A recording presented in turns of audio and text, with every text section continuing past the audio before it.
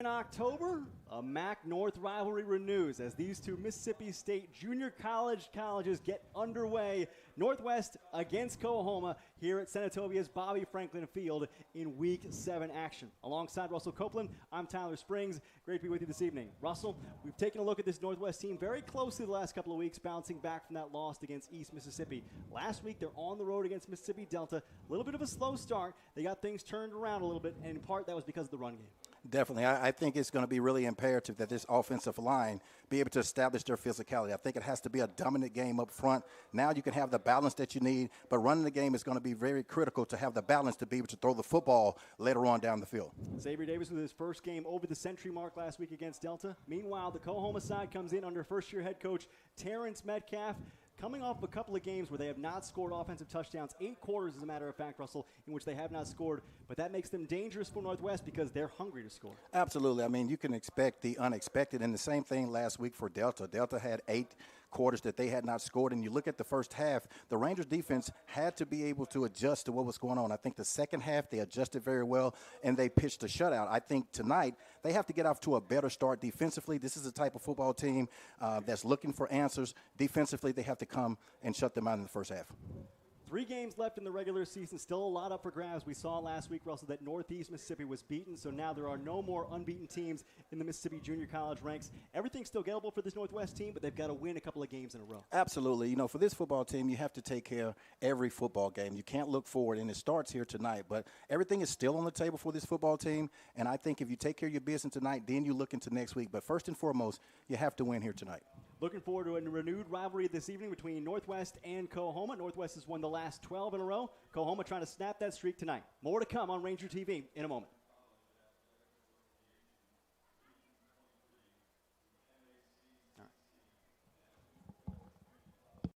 Everyone's journey starts from a different place, but the path to your goals is always Northwest. Northwest Mississippi Community College has more than 90 education pathways, so you can choose the training that's right for you. Need in-demand skills now with high-paying opportunities just around the corner? We can get you there. See a 4-year degree in your future, but need an efficient path to that dream? We can get you there too. Whatever your goals, we can help you become who you want to be. Find your path at Northwest. A new year means new ambitions, and you can count on Cannon Motors of Mississippi to make your goal a reality. With options to fit every taste and budget, now's the time to find the quality Chevy vehicle you deserve. The inventory at Cannon Chevrolet of Oxford is going fast, so don't wait. Come see us and check a new Chevy Traverse or Chevy Impala off your list. And remember, when the smoke clears, nobody beats a Cannon deal. Nobody. Sports injury, joint pain, spine issue, hand or foot trouble? No matter where you are, Specialty Orthopedic Group has you covered with convenient locations in Tupelo, Oxford, New Albany, Starkville, Batesville, and Senatobia, Mississippi. No referral is needed to schedule an appointment with one of SOG's fellowship-trained, subspecialized surgeons, and walk-ins are welcome for urgent orthopedic-related injuries. Call 662-767-4200 or request an appointment at SOGMS.com. Specialty Orthopedic Group. Choose a specialist. Choose SOG.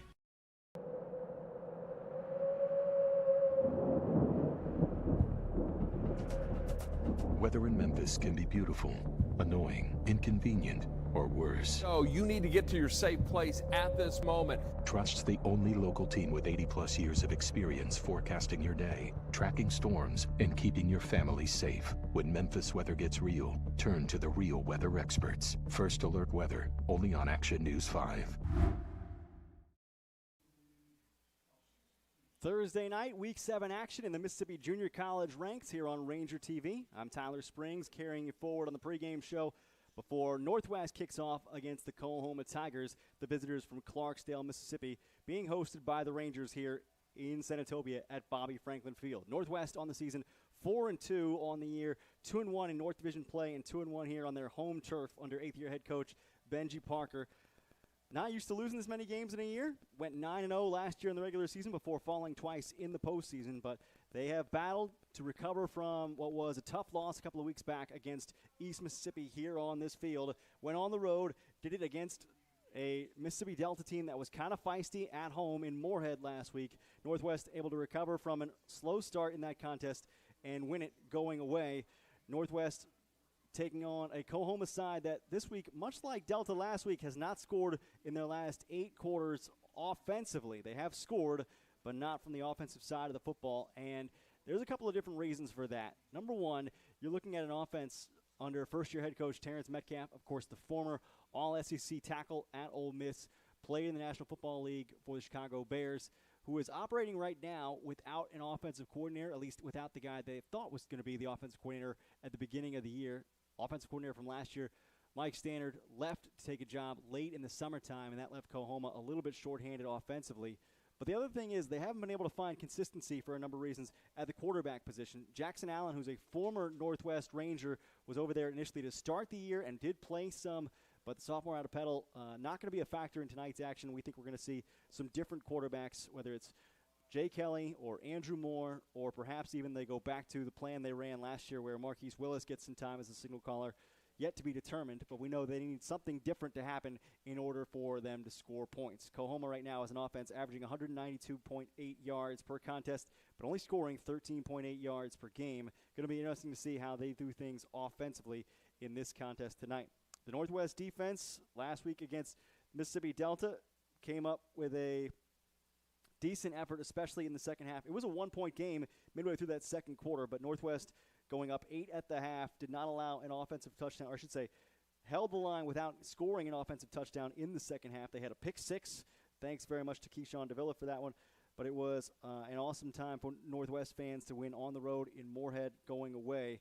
In that game, they gave up 4 of the 12 first downs that Delta gained by penalties, so they could have done a little bit better in that category, but they only allowed 73 yards on the ground, did not allow a carry over 13 yards either.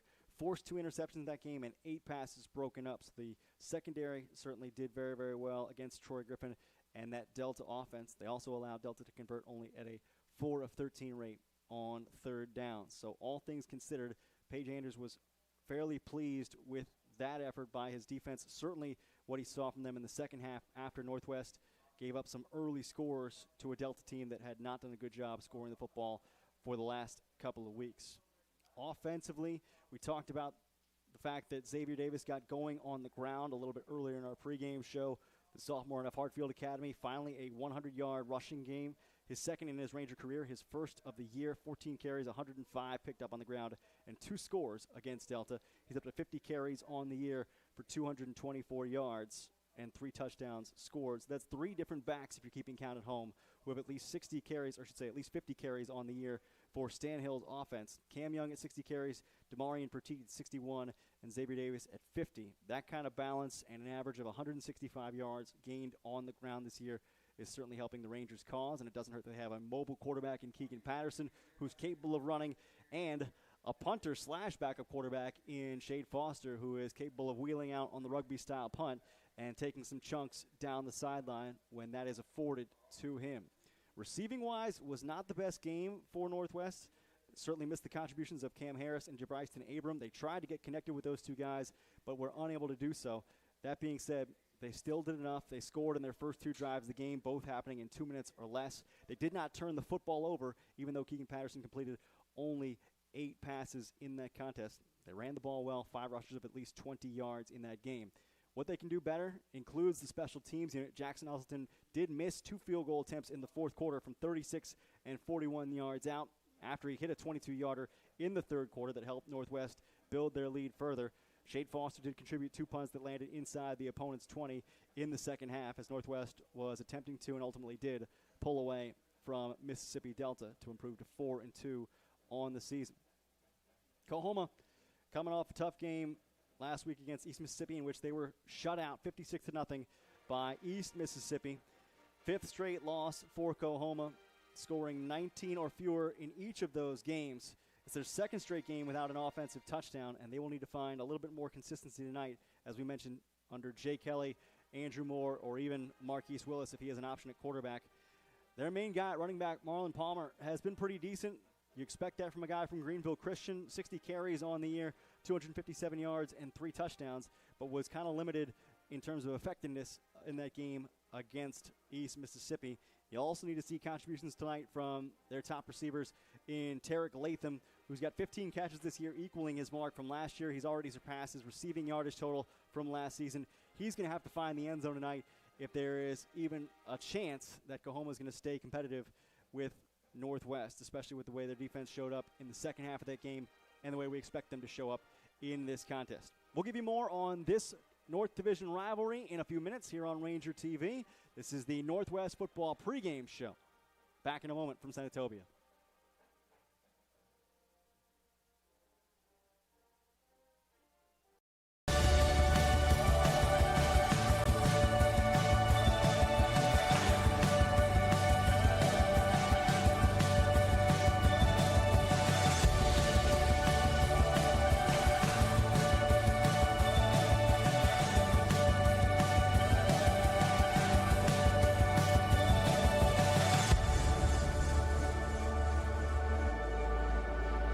Nobody.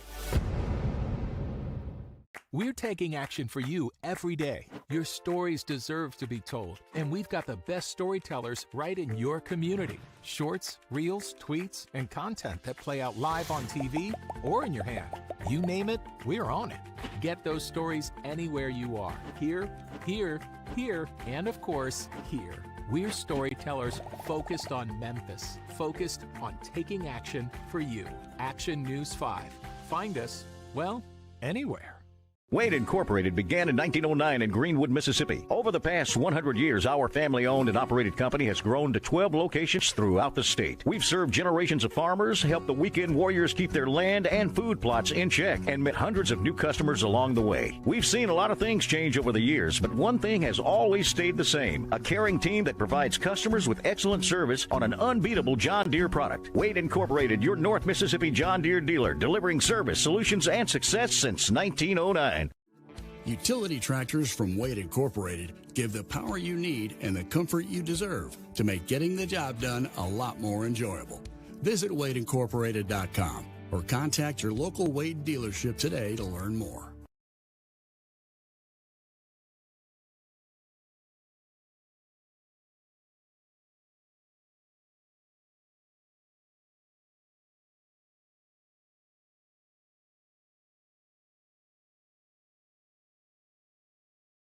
Arts at Northwest Mississippi Community College, where the stage is a canvas for storytelling, dream weaving, and discovery.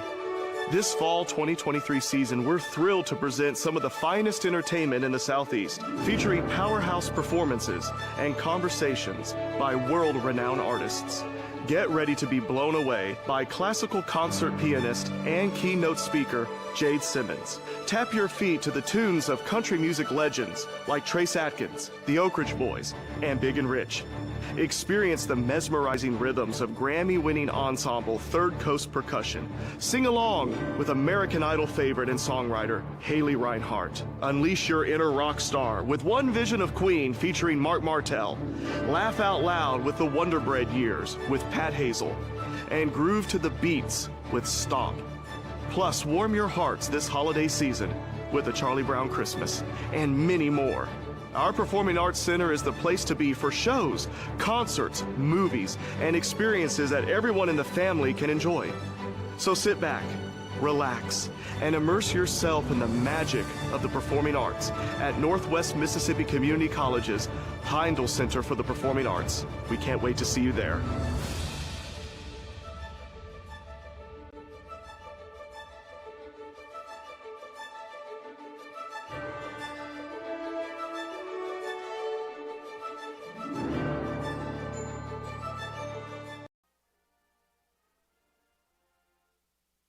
Winding our way toward kickoff here in Senatobia, Mississippi, before the Northwest Rangers take on the incoming COAHOMA Tigers here on Ranger TV at Franklin Field in Senatobia. Sun just now setting over the west horizon here on the opposite side of Franklin Field as the national anthem concludes in front of the homecoming crowd.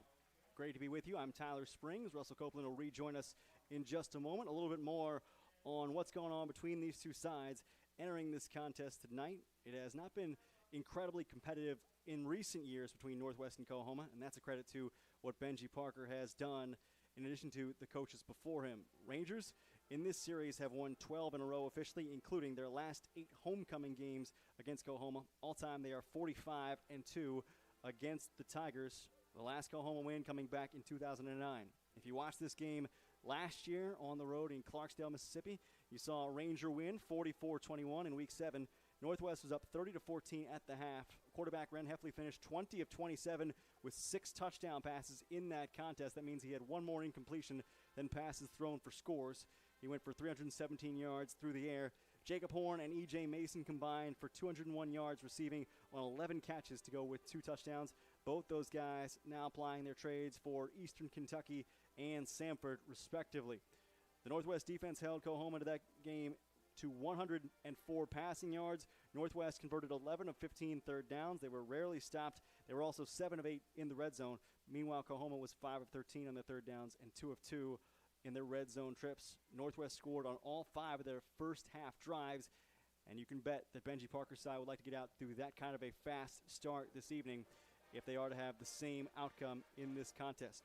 This Northwest team, it's a rare occasion over the last couple of years, but they are not officially ranked in the National Junior College poll. They are receiving votes. Only the top 15 teams out of about a 40-team field are ranked, and the Rangers are not among those 15 at the present time. There are 2 teams that are currently ranked in the top 8 nationally. That includes Jones out of the South Division at 5-1, having lost previously to East Mississippi, and Mississippi Gulf Coast, who's also 5-1.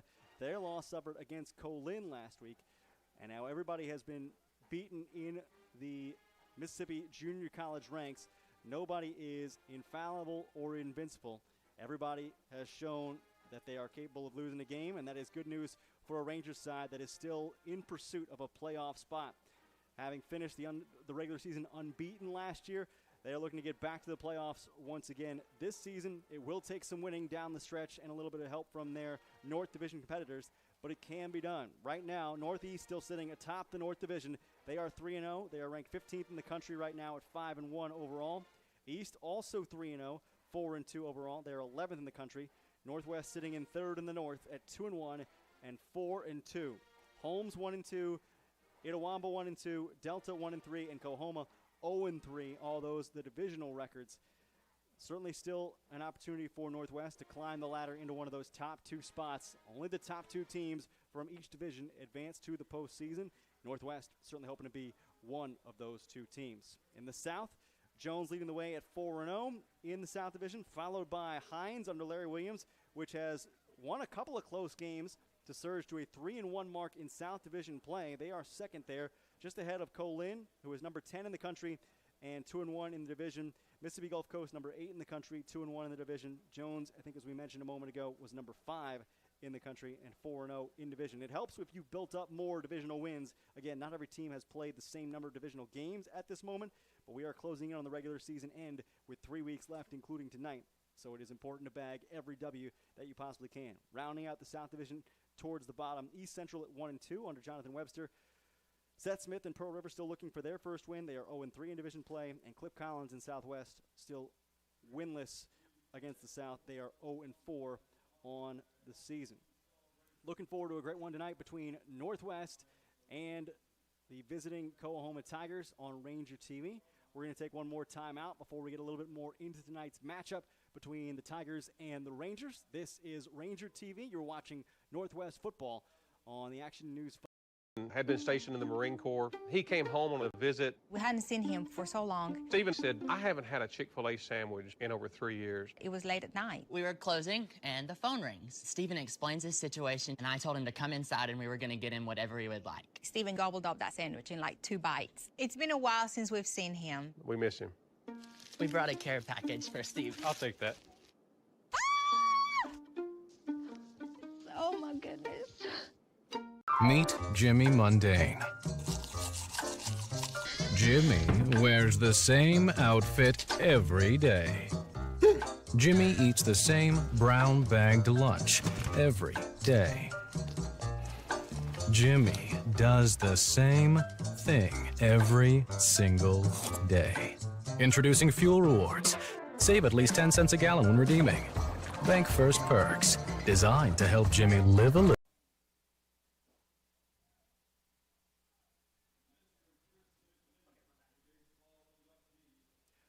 this afternoon, Northwest welcomed Andre Thompson, Laterrell Williams, Toshiba Jones, Chris McMinn, and Hiram Doc Sanders into the Northwest Sports Hall of Fame.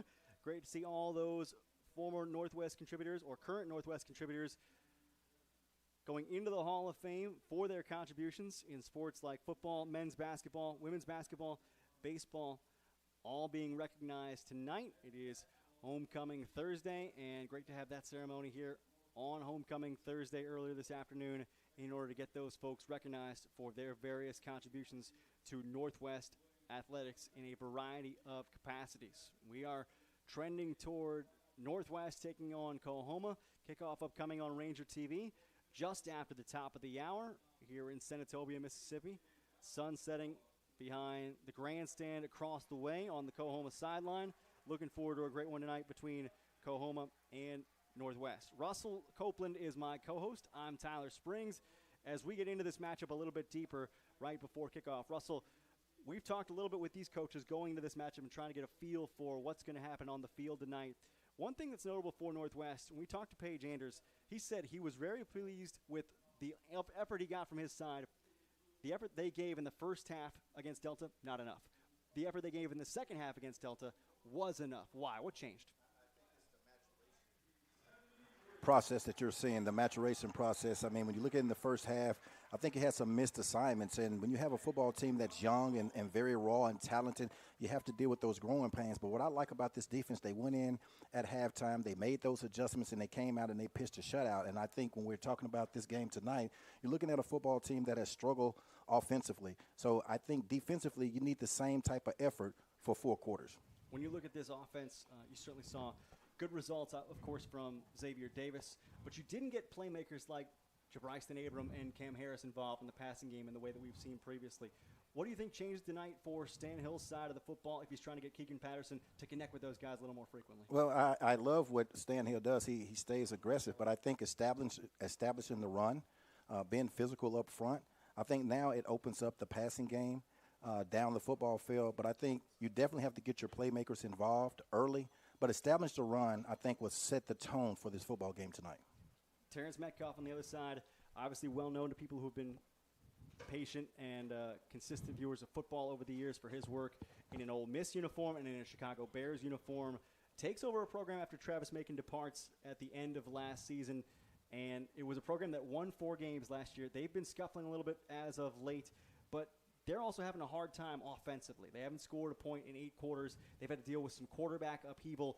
Tonight might look a little differently. Their play caller certainly is not who they thought it was going to be going into the year, but maybe they are starting to try and find something here late in the season if they can settle on a quarterback. Well, without a question, it's definitely a rebuilding, but you have to have a base, and that base is going to be first your offensive line, which they have struggled miserably.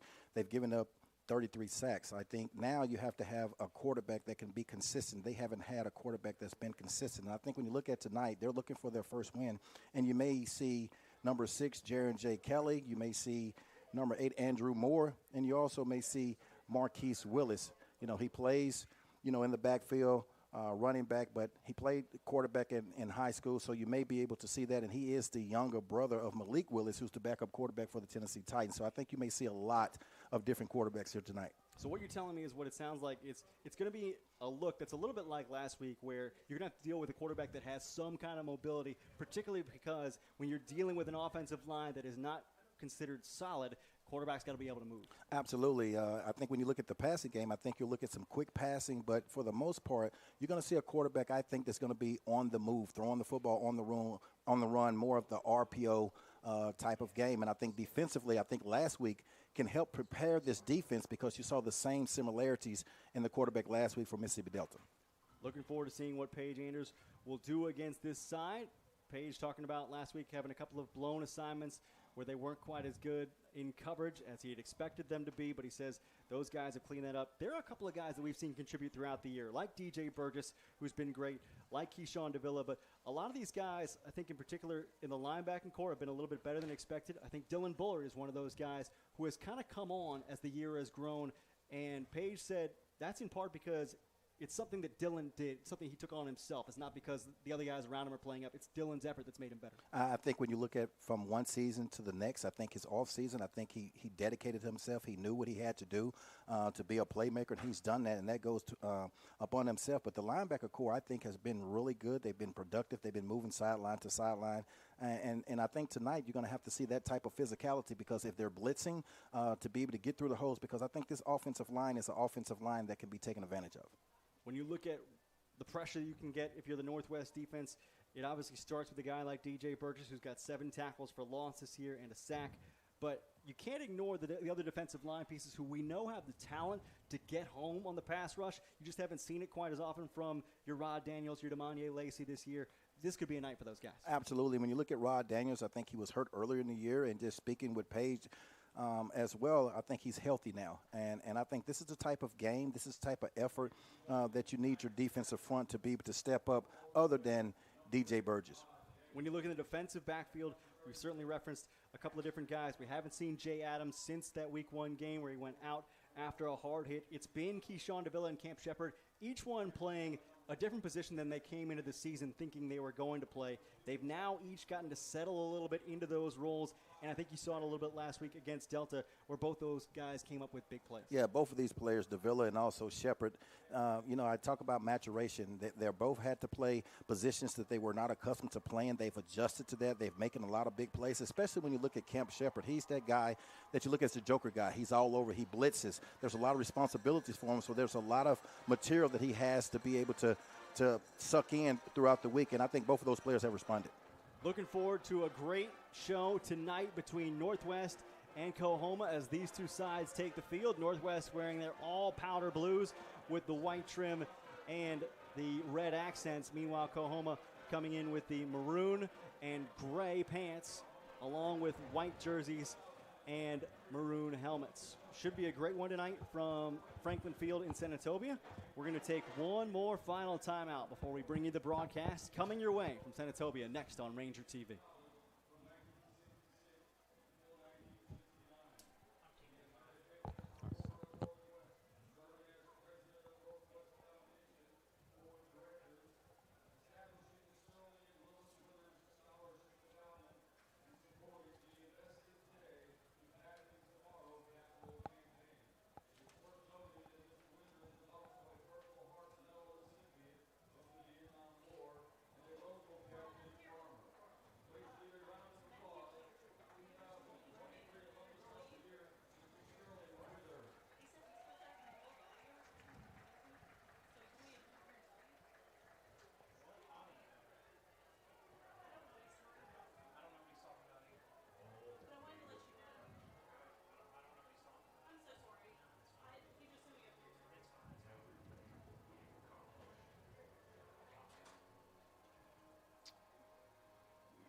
Getting started, COAHOMA won the toss and deferred to Northwest, so it will be the powder blue clad Northwest Rangers who will drop back to get the kickoff here. Rangers, as we mentioned, 2-1 at home. Only home games they've lost in the last 2 seasons have come against the East Mississippi Lions. They're not trying to make a habit of losing to anybody else. And especially with the division still up for grabs, Russell, a lot to play for tonight. Absolutely. And, getting the opening kickoff, I'm going to be looking at Jabriston Abram. Every return that he has when the ball is in his hands, he makes something happen. But if that kick is not returned to the house, I want to see the physicality immediately from this offensive line for Northwest.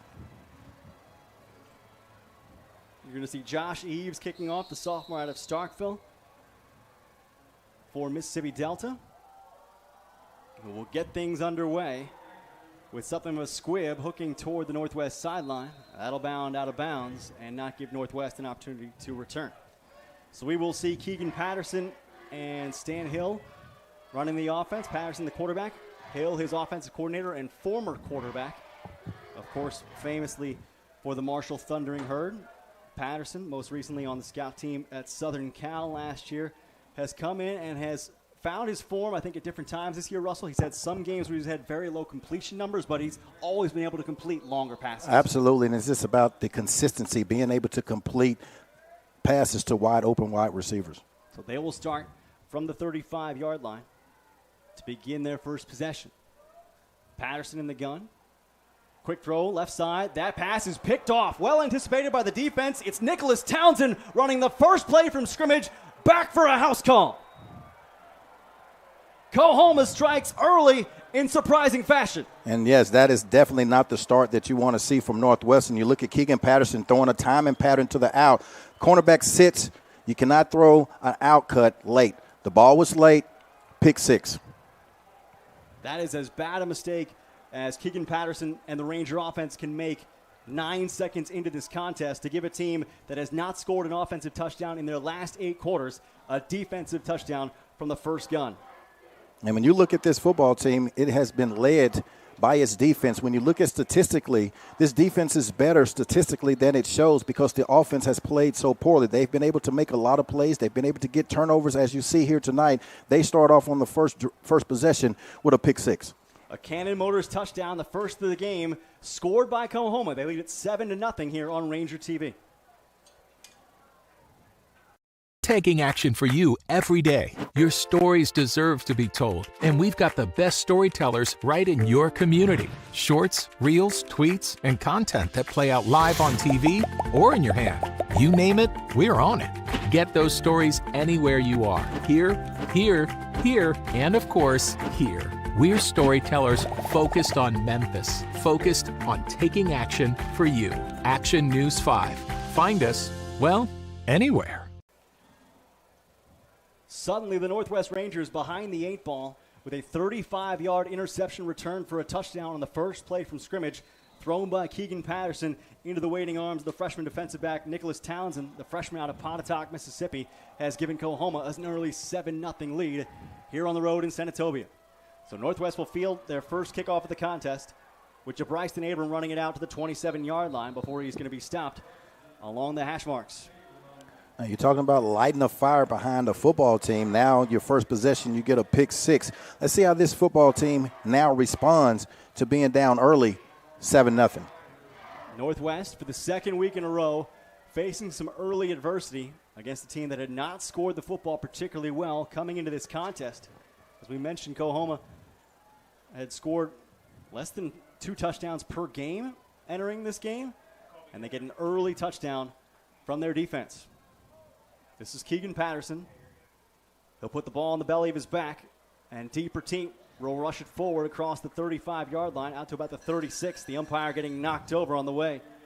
Second play from scrimmage, first play, pick six, last drive. Offensive line opens up a nice hole there for Deeper Team. He always runs hard, moves forward. Rangers will use 3 backs rotating tonight. It is Xavier Davis in there on second down to try and get things going for the Ranger offense. They put Rashard Daniels in motion. Up the middle, Davis with a nice cut to his right. Gains his way out to the 40. That's first down yardage. And I talked about establishing the run, physicality up front by the offensive line. 2 straight run plays, picks up the first down. Your running backs are now getting into a rhythm early. And I think also, Tyler, when you look at your quarterback, you want to settle your quarterback down, especially his first throw of the football game. Last series goes for a pick six. You want to settle him down. So now when it's time for him to complete some passes, he'll be settled. First down for the Rangers from their own 40-yard line. Northwest averaging 20 first downs per game. Play action this time. Patterson going to torch one down the sideline. He's got a man wide open. Dropped. Going to be a long rest of the night until Rashard Daniels can make another catch. Excellent play call by Stan Hill. You look at faking the outside screen. You got a down and up there by your slot receiver. Wide open, simply drops it. This is something now when you look at a young football team, they have to get in rhythm. They have to be able to concentrate, and that's 2 bad plays here thus far offensively. Daniels now aligned in the slot, near side right. The wide out this side, Janoris Hobson. Play action. Quick screen this time. Hobson's got it up the sideline using the stiff arm to get out to the 49, close to first down yardage. That makes it 3rd and manageable. Again, getting the football out of Patterson's hand. Quick screen outside to Hobson. He's able to pick up 8. So 3rd and 2 officially as Northwest uses tempo. The give. Davis, nice one-cut off right guard for the first down. Still going, breaking tackles inside the 45 to the 43 of COAHOMA. And you talk about physicality, not only the offensive line, but the running backs have to run physical, and that's the way to run the football. Xavier Davis keeps his legs moving, picks up the first down. Davis, as we mentioned, coming off his first 100-yard rushing game of the season last week against Delta. Got off for 14 carries, 105 yards, and 2 scores. 3 wide, Kyler Hutton out to the far side in a 3-man receiving core. Patterson feeding Davis. Davis plunging forward, gains about 5, but a flag flies from behind the quarterback. I think it's going to be holding on 73, Dylan Spencer.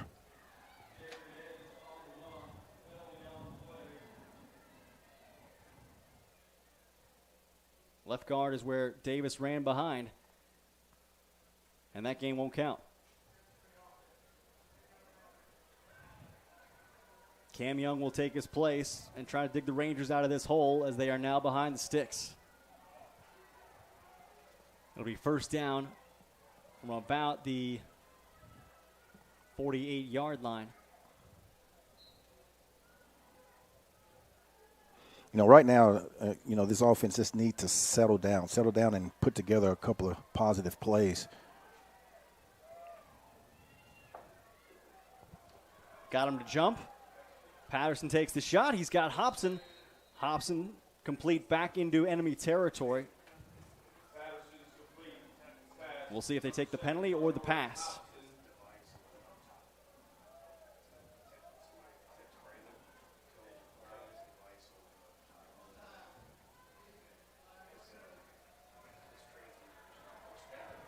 So it'll be a 5-yard penalty. Northwest will take it. They'll have the ball spotted at the 45. Hang on, there's still flags down on the far side. And the ball should probably come back to about the 47 if they were working from the 48 last time.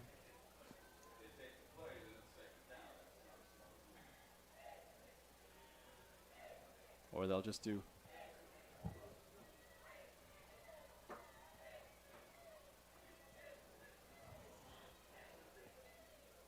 Yeah, there we are. From the right hash. 11:46 to go here in the opening quarter. Northwest trying to battle out of an early 7-0 hole with Keegan Patterson at the controls. COAHOMA threatening blitz. Northwest going to check the call to the sideline. DJ Harden is the offset tight end to the right.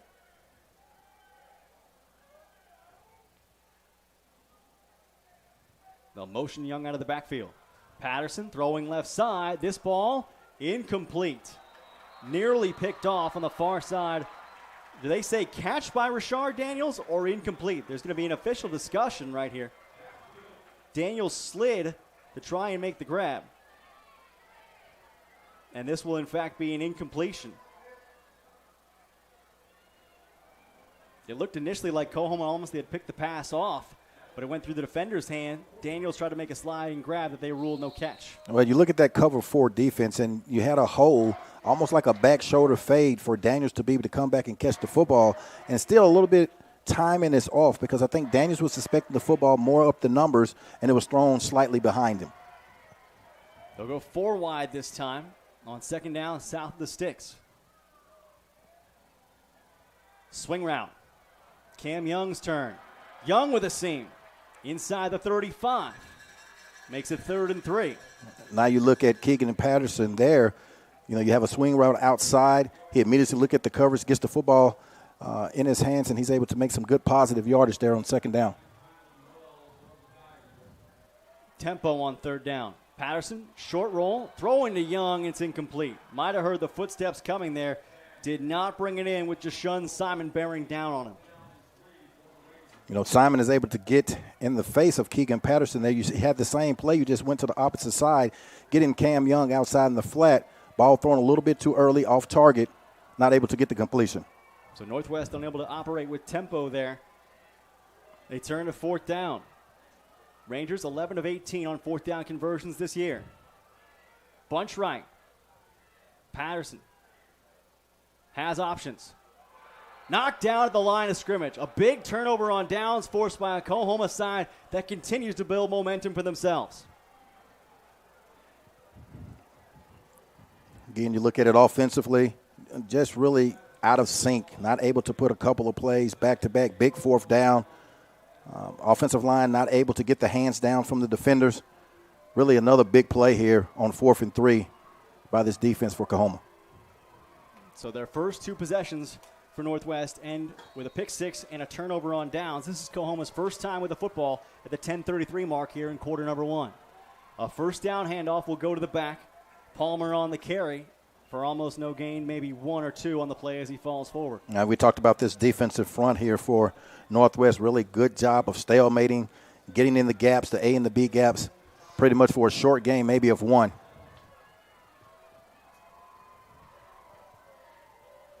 The COAHOMA quarterback is Andrew Moore, the freshman out of South Haven, specifically DeSoto Central High School.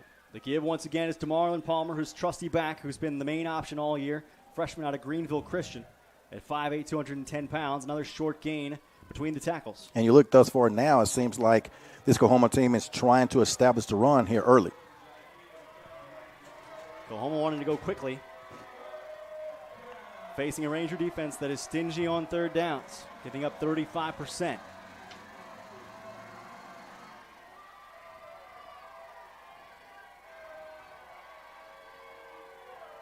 More from the gun. Play action over the middle, incomplete.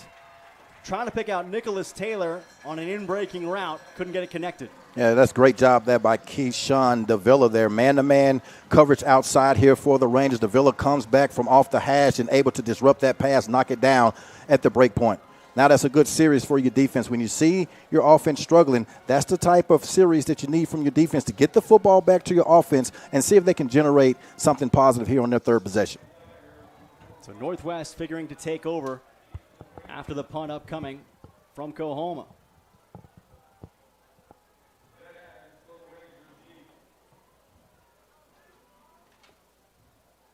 Raymond Morales to send it away. Great spiraling kick, drives Brett Adams all the way inside his own 15. Adams from the right hash will work left toward the middle of the field. Good balance, gets him across the 30. That's a really good job there of catching the football. It was a booming kick, able to catch the football and really get upfield to get some yardage. And that's the thing about a punt. When you outkick your coverage, it gives the returner room to set up his blocks. And that's what Adams was able to do. So once again, Stan Hill's bunch with an opportunity to start fresh after turning the ball over in 4-down territory on their last drive. Team that has generally been good when they are in the red zone, 17 of 27 this year, but getting there to what's officially the Wade Incorporated green zone. It's been a little trying so far. Patterson, 1st down give. He'll try deep Petit. Petit with a burst to the left side, has about 8 yards on 1st down. Yeah, great job there by Petit, able to bounce the football outside. Nice vision, nice balance. Good job initially for the offensive line to keep the defensive line there on the line of scrimmage, and Petit is able to outrun the linebackers for a gain of 8. Mark Dorsey, the safety, the leading tackler for this COAHOMA defense, with a push out far side. They'll work from the pistol once more. Same play, other side. Petit, big lane, into enemy territory. Rips off a huge run for Northwest. Again, when you look at Petit, he is the running back that's able to get a lot of yardage, and he's the only running back that has multiple runs over 25, and he shows the speed, the agility, the balance there to pick up a big, huge gain here. 31-yard ramble for D. Petit. Brings up 1st down for the Rangers at the 30. Petit again to the right side. Massive hole that you could drive a truck through. He's inside the green zone. Another 1st down. Now I love how this offense has responded, but in particular this offensive line, and it's something that I pointed out, the physicality here up front, and then you see it here on this drive. Back-to-back 1st down rushes for D. Petit off the right side of that offensive line, featuring Cameron Pascal and Melvin Collins Jr. Into the red zone they go for the first time tonight. Petit, this time lassoed in the backfield. Solid playmaking there for the defense. Kobe Smith coming up for his linebacker spot for COAHOMA. Yeah, Kobe Smith along with a couple of other defenders there for COAHOMA, able to shoot through the gap there for, I think, a loss of 1. Second down south of the sticks for Northwest. Half the first quarter elapsed. Patterson, time to throw, whirls one left side, corner throw, caught! Touchdown Rangers! What a scintillating grab for J.D. Ferguson. Outstanding grab by J.D. Ferguson. You're talking about climbing the ladder and taking the football off the defender's helmet. That's exactly what J.D. Ferguson was able to do. But I like the pass by Keegan Ferguson. We talked about Patterson. We talk about him being consistent. That's the way to throw it in the bucket, but throw it high enough where only your wide receiver can make that play. Excellent throw by Patterson. Better catch by your wide receiver, J.D. Ferguson. Jackson Elston, the freshman out of Hernando, tied for the national lead in field goals made this year with 9, looking to convert the extra point. And does. Even at 7. 7:16 to go here in the first quarter in Senatobia. Back with more on Ranger TV. When television first came to the state of Tennessee, the tower wasn't built on Rocky Top, and the cameras were not focused on Nashville's opera. The birth of WMC brought the golden age of television to Memphis first. And since that day, we have given the Bluff City a voice like never before. We are 12% of America, 40% of Memphis, and we have something to say. From our greatest tragedies, Martin Luther King was shot and was killed tonight in Memphis, Tennessee, to the sweetest joy. Memphis Tigers and their quest for a national championship. We have been here through it all. Sometimes the outside world doesn't understand us. They see our pain, but miss our pride, the grit, and the grind. You don't have to be from Memphis to be a Memphian, but if you're one of us, you know. So as Action News 5 begins our next 75 years, we are going to tell the world that this is my Memphis. We hope you will too. Tarek Latham drifting back to catch this one at his own 6-yard line. Breaks left, changes direction going right, and gets tied up just inside the 25-yard line. So COAHOMA will take over now, squared with Northwest at 7 apiece, closing in on the 7-minute mark here in the first quarter at Senatobia. Well, that's a great answer offensively here by the Rangers, but it's all set up by complementary football. The last series by the defense, 3 and out, you get the football, and now you're able to settle down offensively and make some really big plays, but it started offensively with that offensive line. Just like last week when Northwest scored twice in the opening half of the football game on 2-minute drives or less, they score here on a 69-yard drive that took a little over the 2-minute mark. Andrew Moore quarterbacking for COAHOMA. Look out! Nothing he can do about the penetration right there. Huge play that time for Tristan Shorter. Oh, man, great job by Tristan Shorter. You talk about a run blitz. That's the way to shoot through and make a play in the backfield. Now this defense here is stepping up, making some huge plays. And this is a football team here that has struggled offensively. That's the type of plays that you need here early. Loss of 6 on the play after the tackle from the linebacker Shorter out of Oxford High School. Moore stands in the pocket on 2nd down, connects with the receiver. Good yardage, up the sideline, near side, before he's finally tugged down. Destin Wheeler, the freshman out of South Haven, on the catch.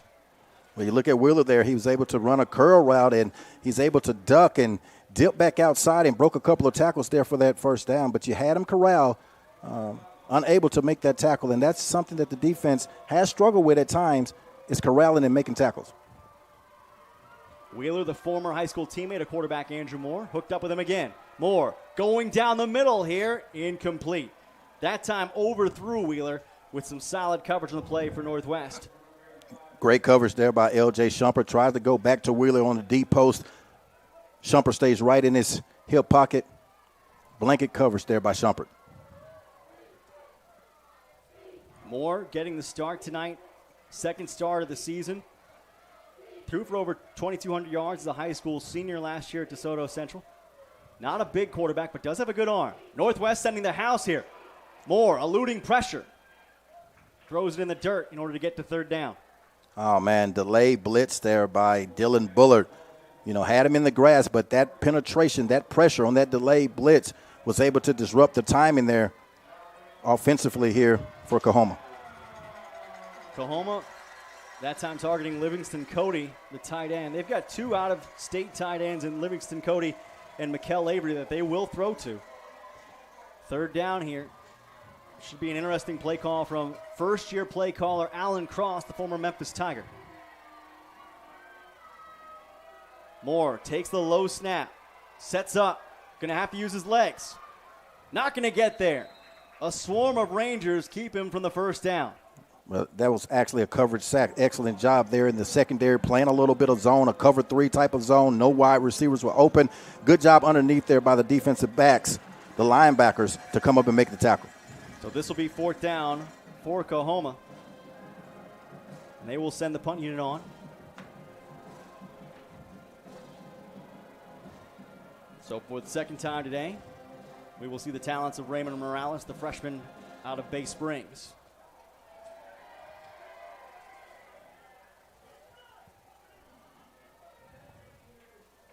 Morales' kick, a lower one this time, will still outkick the coverage by plenty, all the way to Adams at the 25. Splits the seam. Adams working upfield in enemy territory. A solid return for the freshman from Tupelo. Great job there by Adams. You talk about outkicking the coverage. The difference is did not have any hang time. Adams is able to catch the football on the run, get outside there for an excellent punt return.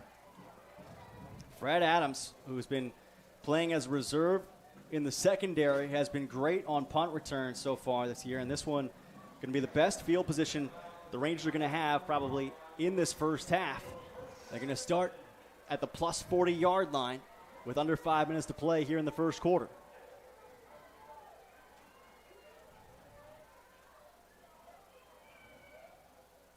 Patterson, quick strike, right side. Good yardage gain all the way down to the 30 that time by Janoris Hobson. Yeah, good catch and run by Hobson, but you look at the motion by DJ Harden. He's able to come back from the tight end position, get the kick out block outside with the cornerback. First down Northwest, they'll go tempo again. Davis trying to get to the edge, angles that way, breaks inside for a second, then gets piled on by a couple of COAHOMA tacklers. Good job by, you talk about the up-tempo here, now trying to get this defense off balance, being able to get some creases in the run. Logan Miles and Mark Dorsey on the stop for the Tigers. Again, another quick run. Davis, left with a cutback, comes right. Davis has a block. Davis with an angle toward the end zone. He's in. 22-yard touchdown for Xavier Davis. Great job by Xavier Davis. You look initially, the run goes there to the left-hand side. He's able to have the vision to make the cutback all the way over here to the near side and take it to the house for a touchdown. But that's still excellent blocking there by your offensive line because no one was able to penetrate from the backside. I don't know if we'll get a second look at that one, but I think it was Janoris Hobson who had the block out on the perimeter just above the numbers that sprang Davis toward the front pylon.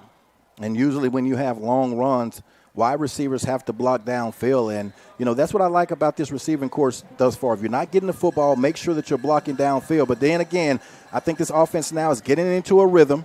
Defensively is playing excellent to get the football back to them. Excellent punt return. So that's how you play on all 3 phases. Offense, defense, and special teams. Excellent execution offensively for the score.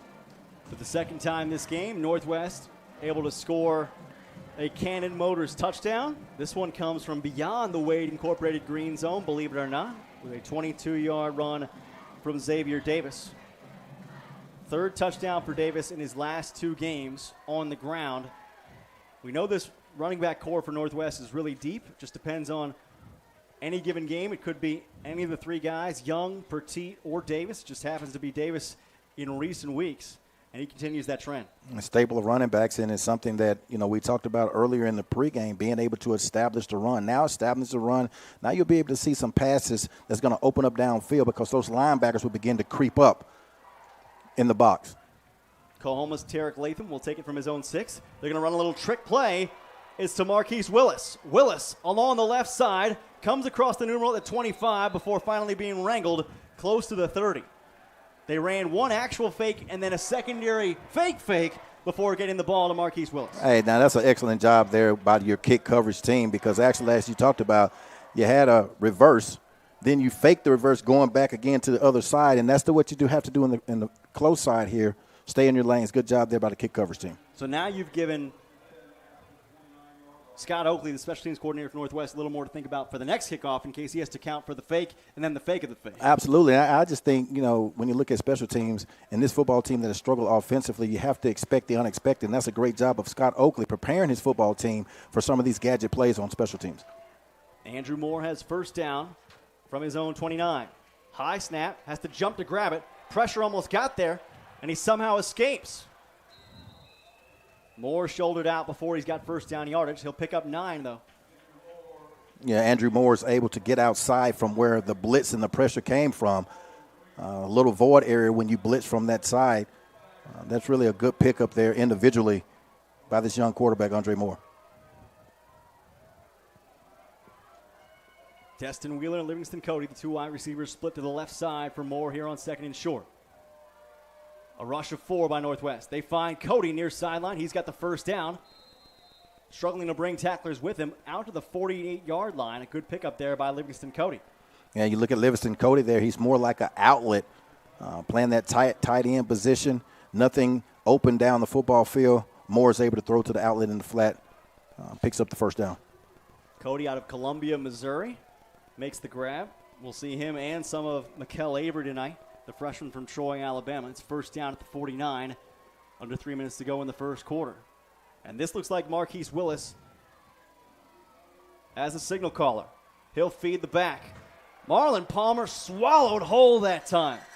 Absolutely no running room, and Jalen Johnson made sure of it.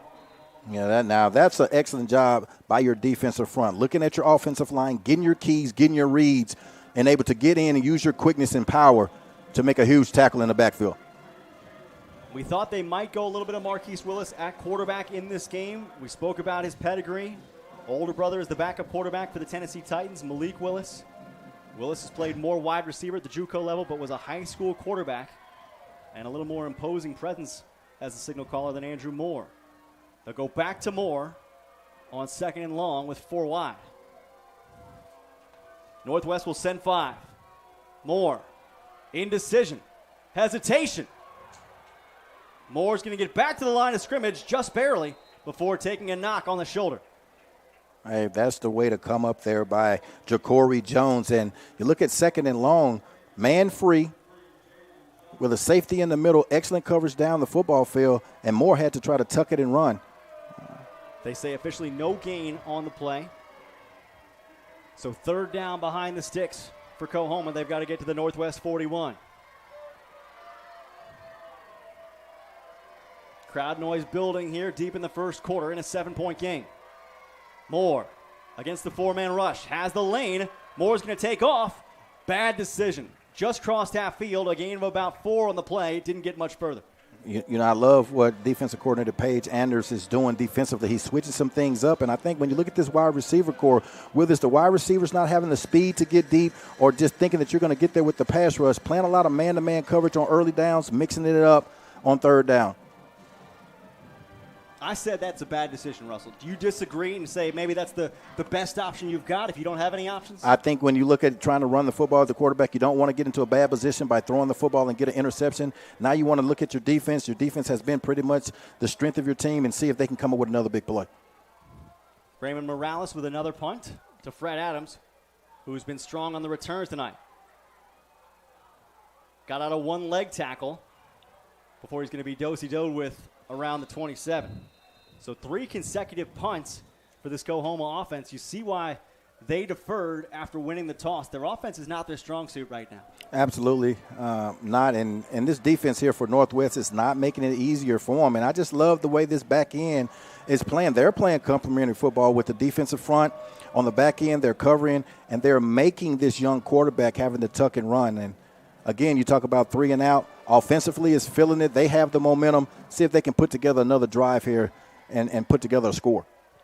26 seconds remaining in the first quarter. Northwest with a 1-touchdown lead as Keegan Patterson takes command once again.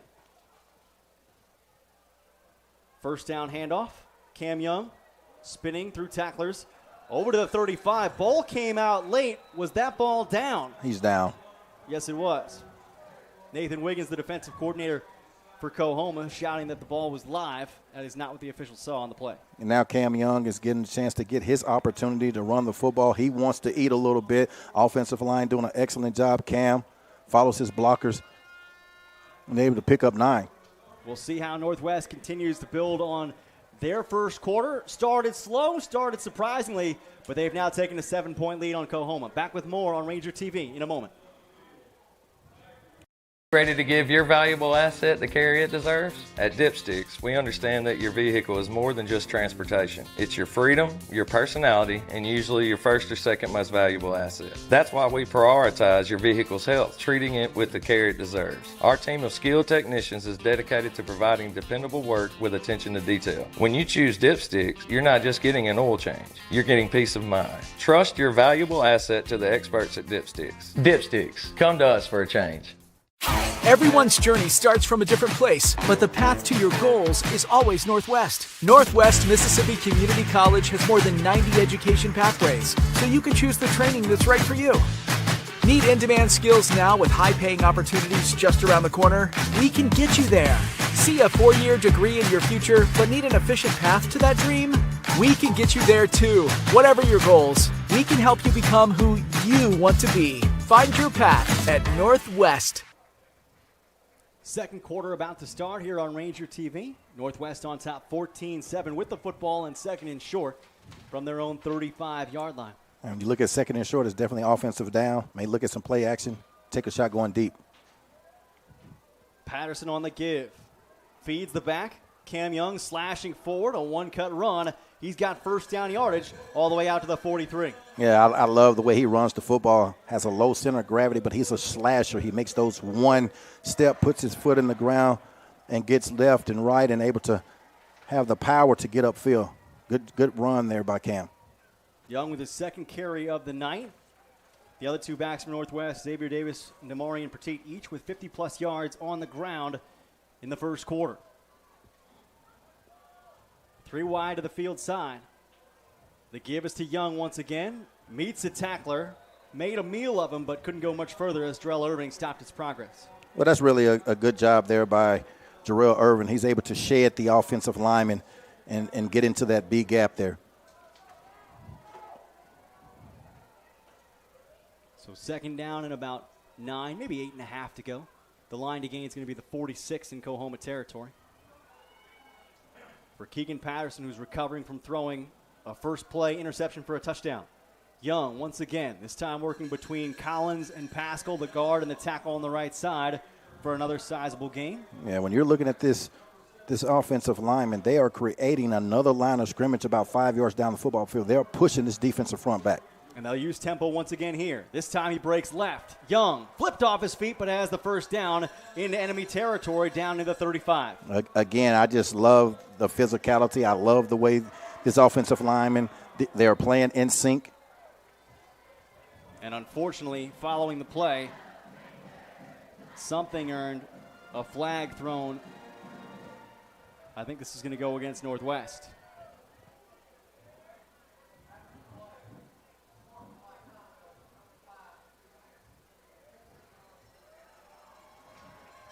Yeah, I think that's excessive celebration there at the end. Kind of stood over Cam Young. I think Jajarian Webb is going to have a conversation when he goes back to the sideline about what you can and cannot do to cost your defense on a drive where Northwest has already got momentum, right? And now when you look at a team that has struggled, coming in 1-5, struggling offensively, defensively has been their strength. This offensive line is taking the wheel from this defensive football team.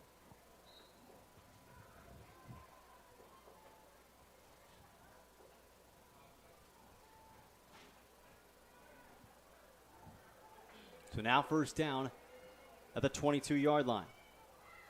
The give. This time Petit wiggling his way forward, able to weave inside the Wade Incorporated green zone for second down. Yeah, that was a good tackle there by Brandon Hall. Shoestring tackle right in the hole. Petit had a little bit of daylight. That's a good job there. Seen a couple of COAHOMA players go down the last couple of snaps. One down here on the near side. could certainly be cramps. It's been fairly pleasant across the Mid-South here despite the late date in October, last couple of days. And then you look at offensively, the up-tempo. And, you know, going back to the offensive coordinator, Stan Hill, you look at your quarterback struggled on the first series. First pass throws a pick six. He's able to get his running game established, get his quarterback settled down. He's made a couple of quick throws. But the up-tempo now, you have to have communication with your defense.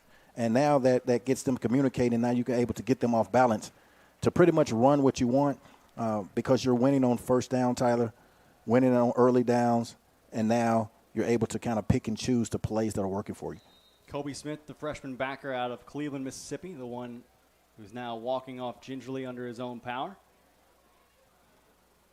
But you're right about the up-tempo, Russell. I don't know if it's just getting to a certain point in the season where you're comfortable with it or it's a matchup thing for Stan Hill, but this is the most that we have seen the Rangers use an up-tempo pace to their offense, and it's working especially to get the ball moving on the ground. They've got second down here inside the red zone. The feed to Petit.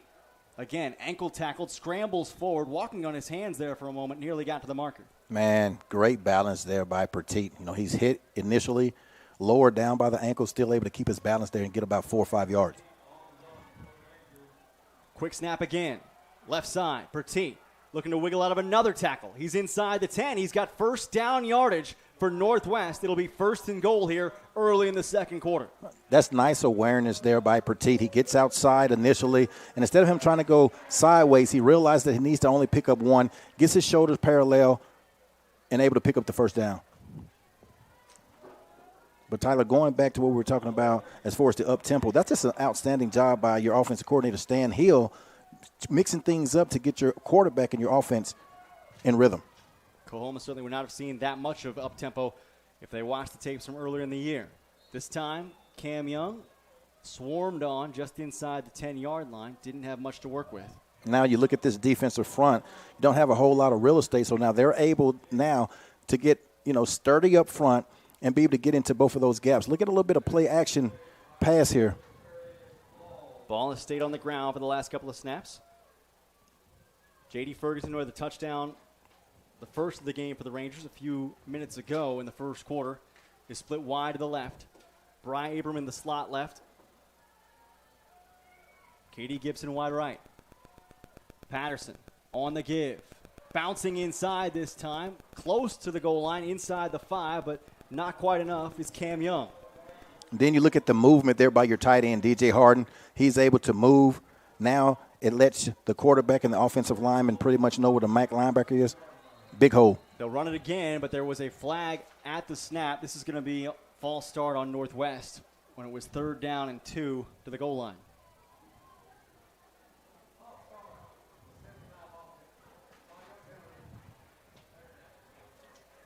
Tempo does ask a lot of your linemen.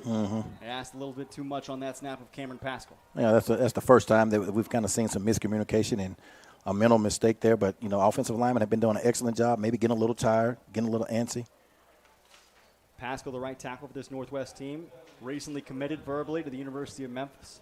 Great to see that he's going to get an opportunity at the next level. Absolutely. That's good, going to the Tigers. Can never have too many offensive linemen. I hear that.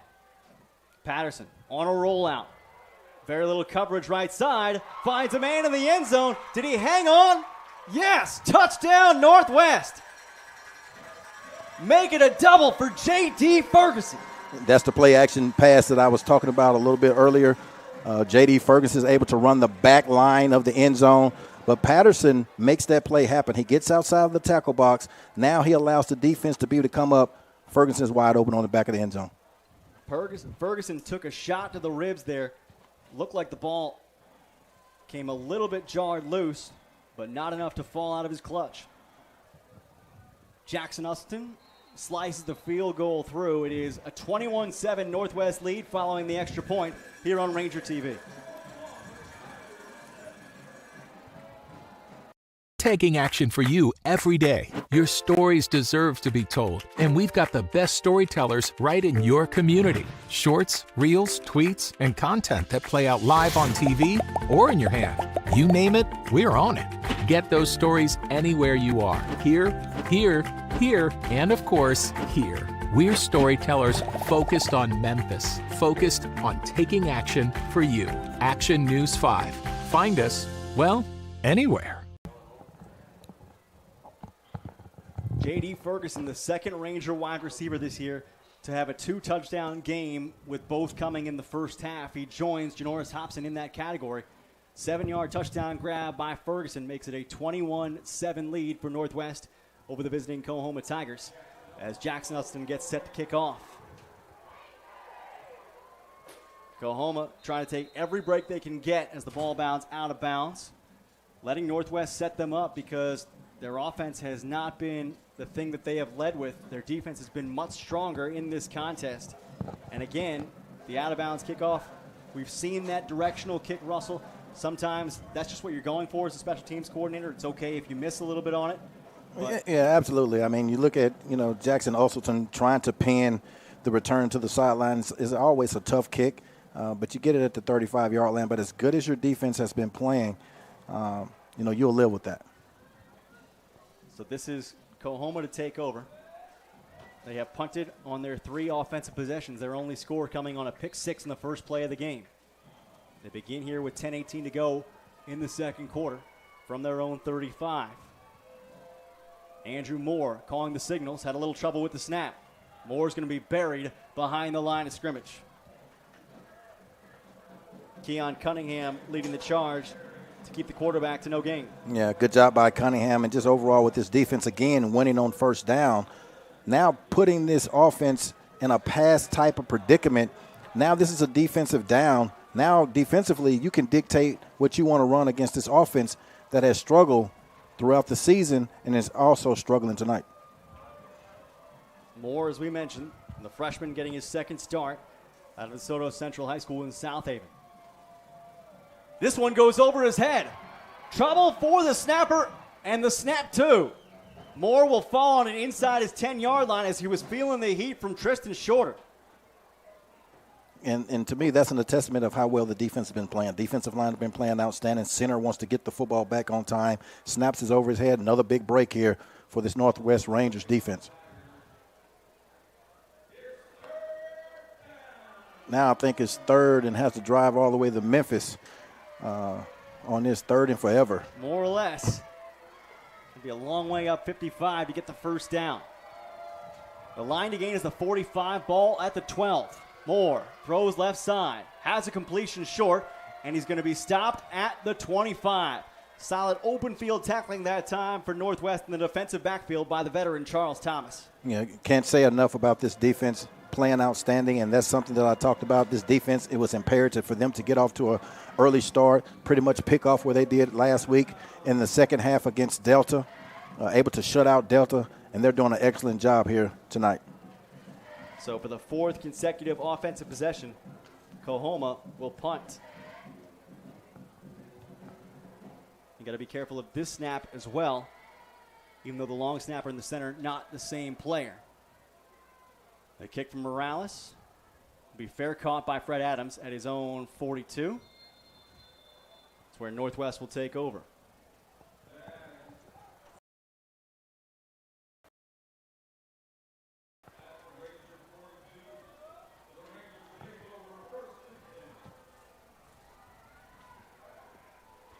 You know them from their hits like Save a Horse, Ride a Cowboy, Lost in This Moment, and Coming to Your City. Now they're coming to our city. Country music superstar duo Big and Rich featuring Cowboy Troy are coming to the Heindel Center for the Performing Arts this Saturday night. The October 21st show has tickets still available online at heindelcenter.org. Be sure to check that out this weekend. On first down, solid carry by D. Petit. He's got first down yardage, knocked over a man on his way deep into enemy territory. Hard to put down. D. Petit just simply does not like the ground. Man, Petit is running the football hard. It reminded me of Marshawn Lynch type of run, man. He's running through these defenders here for COAHOMA. Gives Northwest a first down at the 44-yard line. Clock ticking under 8 minutes to play until halftime.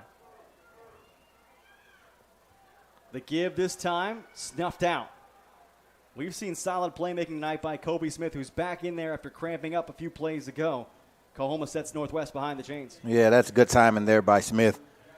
able to anticipate the timing and was able to get outside, beat the stance for the offensive line.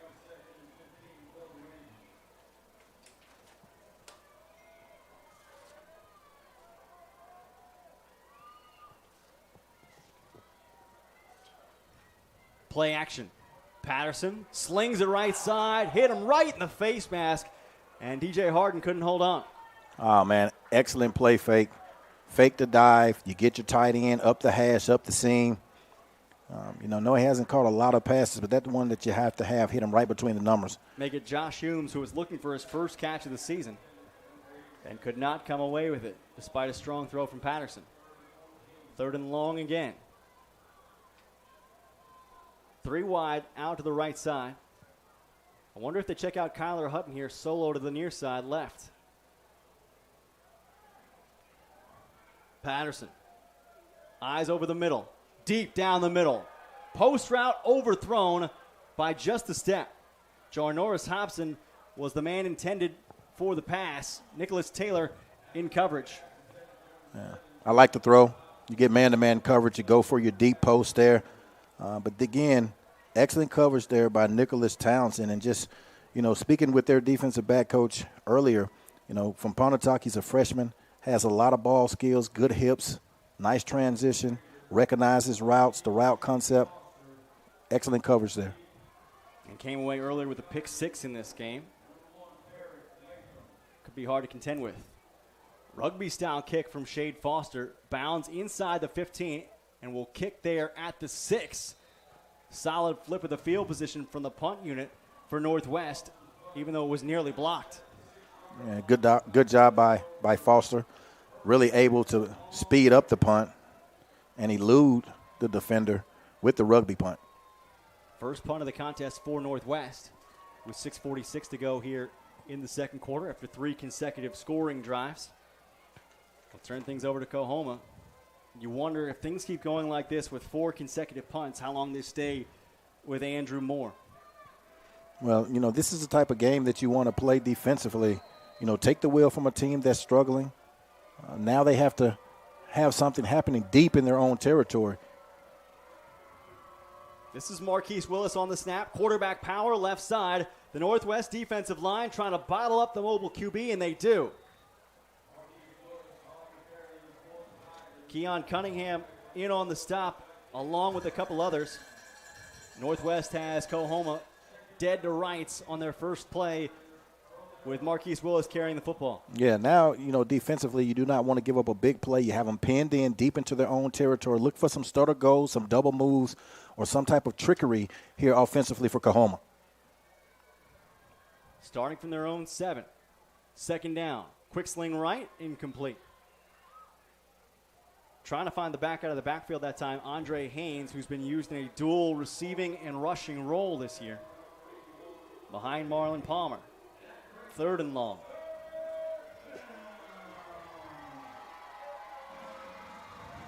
Marquise Willis played quarterback one game last year, went 14 of 22 with 2 touchdowns, 4 picks for 160 yards.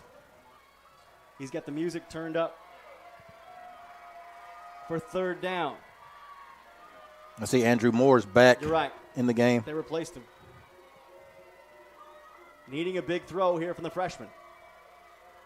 Moore from his own end zone. Pressure coming. Moore steps up. Moore going to take a sack. Andrew Moore down inside his own 5-yard line decided not to throw the football and is going to take a punt backed up against his own goal line. Again, excellent coverage on the back end of this defensive backfield. Mixed it up again on 3rd down. Played a cover 2. Not cover 2, man. Played a cover 2. You had underneath in the flat coverage. Safeties did a very good job on the hash, not letting anything behind them. So here is where Fred Adams could have an opportunity to bring one back. Morales from the back of his own end zone. Great spiraling kick. Drives Adams all the way across his own 50. Picks it up. Somehow keeps his legs. Adams working back toward the 45. You got to give a ton of credit to the punter Raymond Morales. A huge tip of the cap that time. Yeah, excellent kick there by Morales. When you look at Fred Adams, he was standing pretty much close to midfield, and he had to end up turning and running much like a baseball player to try to catch that football. Dropped it, but had the awareness to pick it up and get upfield for some good positive yards. I can't say if that's exactly 53 yards based on where Adams caught it and then fumbled it, but that would more than likely equal or surpass Morales' standing season high of 53. So it is Northwest taking over close to the 5-minute mark here in the second quarter with a 2-touchdown lead. Starting at their own 45.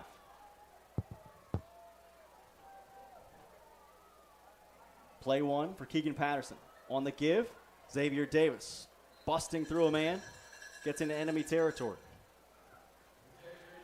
Again, Davis is able to get outside, use his speed. Picks up 8 on first down. And here comes tempo again. Davis, left side, churning through yardage. Davis breaks free, still on his feet. Trying to go with a halfway spin move, finds himself inside the 30. Good vision there again by Davis. He loves those cutback lanes. He's able to go left and able to cut back against the grain right. Picks up the first down, breaks a couple of tackles. I love what I've seen out of the offensive line especially, but these running backs that are coming in, running really hard here tonight. And we have a COAHOMA player down on the hash marks. That'll stop the churn of yardage for Northwest.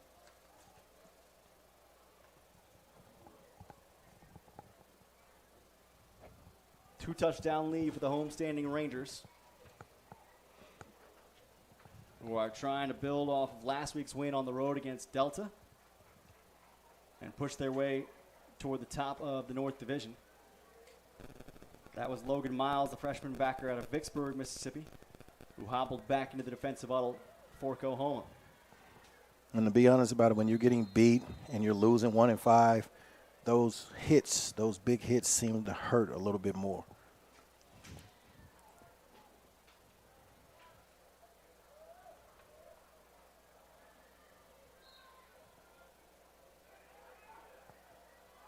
First down.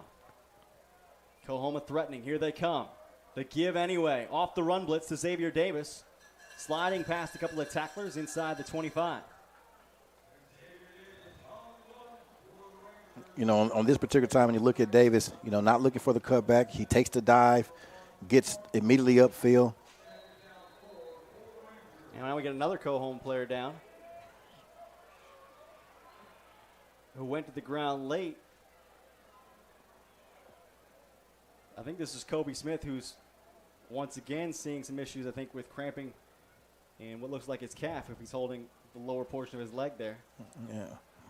But when you talk about Kobe Smith, he has been all over the football field. I mean, he's been in the backfield. He's been in coverage. You know, he's one of the bright spots on their defense. It's been one of those bright spots the entire year. So Smith's going to have to come off for a play.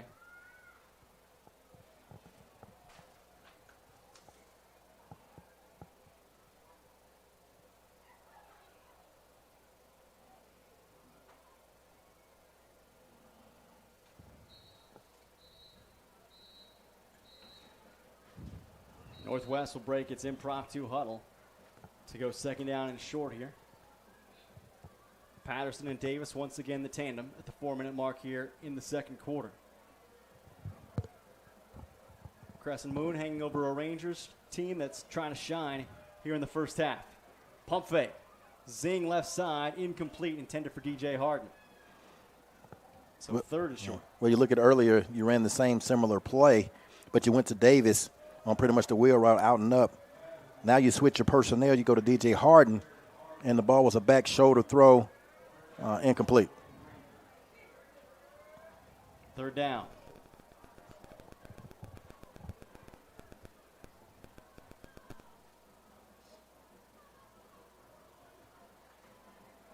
Northwest tonight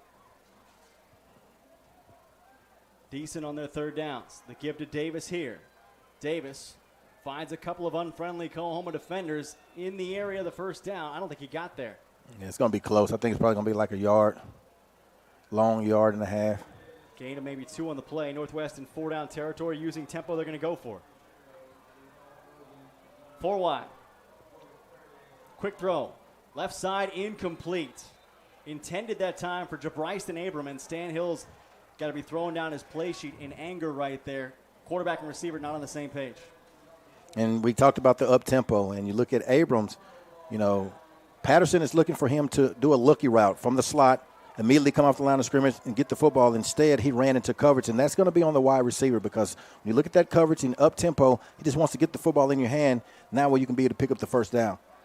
Second turnover on downs in the half for the Northwest offense. This one comes at 3.5 minutes to play until the break.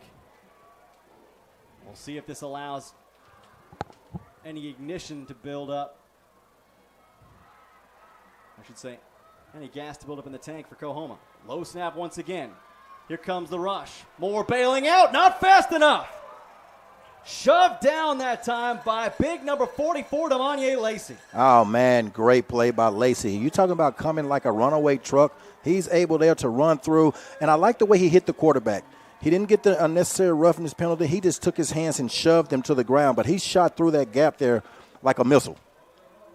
Second down, well south of the sticks. After Lacey, who's been solid athletically this year but has not had the production numbers up to this point in the year, starting to come on here in week 7.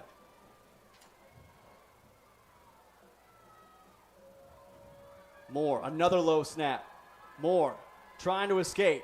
Going to be brought down from behind, roped up by DJ Burgess. I'll tell you what, this defense, man, is playing lights out. High motors. DJ Burgess was on the ground, was able to get off the ground and make the tackle on the quarterback from the backside.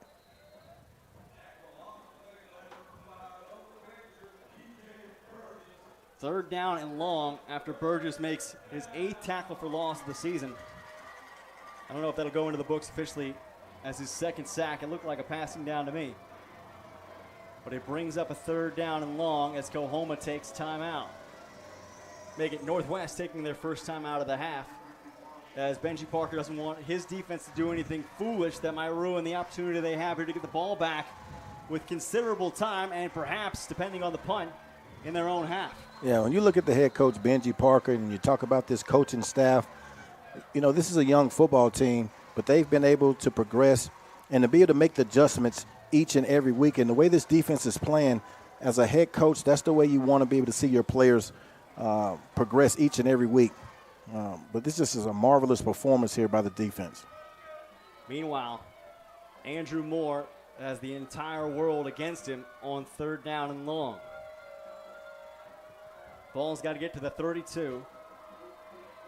Right now sitting on the left hash, the 13. Let's see if the snap is low coming from Tad Walker. Decent snap. Pocket holds. Moore flings it, incomplete. Batted down with one hand that time. A solid defensive effort by Ja'Cory Jones. Yeah, Ja'Cory Jones has the curl flat area, reads the pass pattern outside. Able to knock that down at the last minute. This will be the 6th punt of the half, 6th in a row by the COAHOMA defense, or I should say the COAHOMA offense. Their defense having done the only scoring so far tonight. Morales got it away. Adams from midfield. Fred Adams with a stutter step, taking off his feet before he can get far. Still, Northwest with good field position, setting up at the opponent 43. That's going to be interesting, Tyler. The approach here by offensive coordinator Stan Hill. Pretty much been relying on the run, heavy dose of the run. Offensive line's been playing tremendous. To see now if he can speed it up and see if he's going to put the football in Keegan Patterson's hands and see if he can hook up with one of these wide receivers. Patterson, redshirt freshman out of Longmont, Colorado. Gets the football with 2:24 to play. The plus 43. First down give. Deeper team. Spinning his way forward down to the 36. Gain of 7. Brings up a quick second down as they reset. Coming again. Petit to the right this time. Bouncing back left at the last minute. Grabbed around the ankles after first down yardage. Good takedown that time from Logan Miles. That's the way to run the football effectively, not throwing the football, but you're in hurry up, and you're still able to pick up some good yards. Again from the gun, Patterson thought about taking a shot here, didn't have the window. Fires, caught by Hobson. Hobson lost his footing a little bit sooner than he wanted. A gain of maybe 1. Well, that's a good decision maker there by Keegan Patterson. Initially, he looked at Hobson. He was covered. Hobson does a great job of covering himself and getting to the sideline, but Patterson did not try to force the football inside. Nice decision making by your quarterback.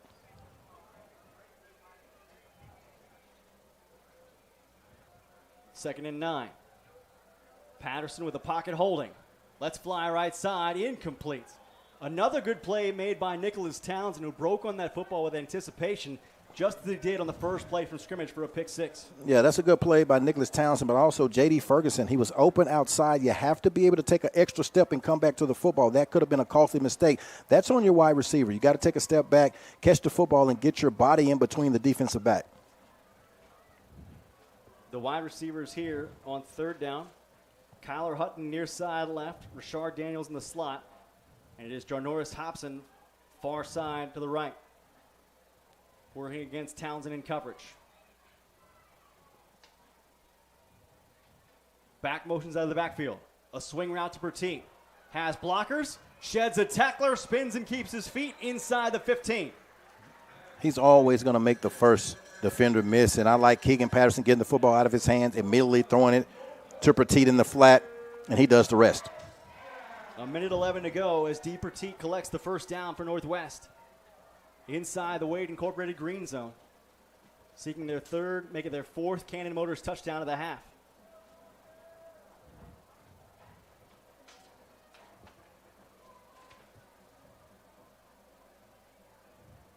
The give once again. Petit legging through a tackle to the 10. Broke out of another one. D. Petit is in. Touchdown Northwest. Great job by D. Petit. I talked about it. I'm going to allude back to again. Looking like Marshawn Lynch. You're talking about breaking a lot of tackles and keeping his legs moving. That's an outstanding run. He's bottled up right there around the 8-yard line. He comes out of the trash for the score. D. Petit doesn't have yards after contact. He has yards through contact. Extra point on the way from Jackson Usselton to make it a 3-score lead here in Senatobia. And Petit is another one of those great running backs that comes out of South Panola. He's a young player, man. He's an outstanding young player. You know, you don't really see a lot of true freshmen have the leg drive, have an understanding of the offense, but he runs so physical. Huge carry for D. Petit right there to get the Rangers out to a 28-7 lead here on Ranger TV. We'll keep it here for a moment as they set up for the kickoff. Kind of like the offense response to that first initial hiccup. Throwing an interception on the first down from scrimmage usually does not spell good things, but Stan Hill calmed them down, got them settled, got the run game going. That was the right answer. They definitely responded, and you talked about Coach Stan Hill, you know, calming his team down, but he relied on the run. He went to his running game. Offensive line did a tremendous job, and then you just look at the second phase of it defensively. Defensively was able to constantly stop this offense for COAHOMA, get the football back to the offense. So that's just great complementary football here in this first half.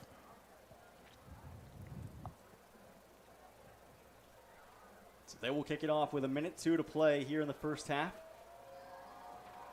COAHOMA has yet to do anything other than punt when they've gotten the football. From the 10, Tarek Latham across the 25, the 26.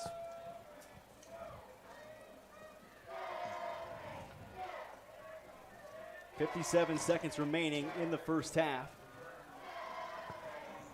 You know, offensively here for COAHOMA, you know, haven't had much production, and Latham has been one of their big play receivers, and that's the first time he's had his hands on the ball all night, and that's on a kickoff return. How do you move the ball if you can't get the ball to your playmakers because the rush comes so quickly? I mean, it's just an outstanding job by this defensive front and the linebackers, and, you know, they're coming so relentlessly in the backfield, it's hard to even get out quick passes to the screen to your wide receivers outside.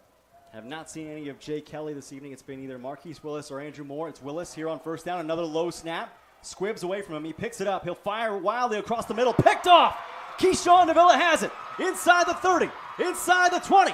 Inside the 10. Down to the 8-yard line. And Northwest looking to drive the dagger in here in the first half. And that's what you're talking about, the pressure, the disruption in the backfield. And you look at Malik Willis trying to make something happen, just throws the football across the middle. Davila right there for the pick. I thought he was going to get a pick six there, but that's an excellent job of him being in the right place at the right time. Marquise Willis doesn't have anything to lose by throwing that football. They've already punted 6 times in the first half. Admittedly, you set the other guy up if you throw a turnover, and he did so right there. But what choice does he have when your team's already down this much? Trying to make something happen, and something turns into something you don't like. First down and goal from the 9. Patterson looking to take a shot to the corner.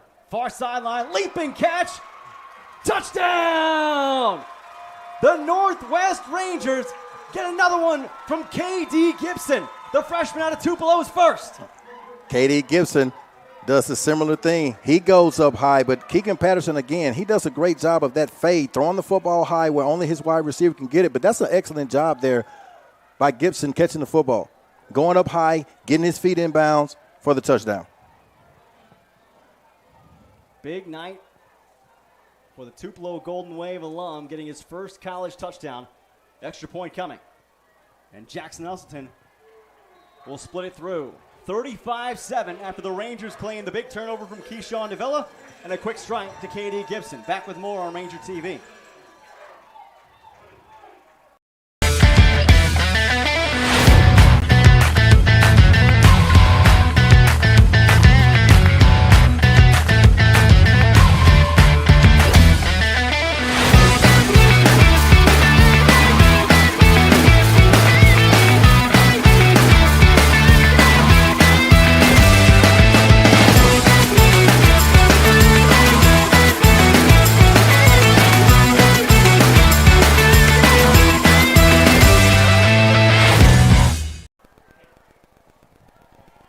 What a turn of events here late in the first half in Senatobia, Mississippi.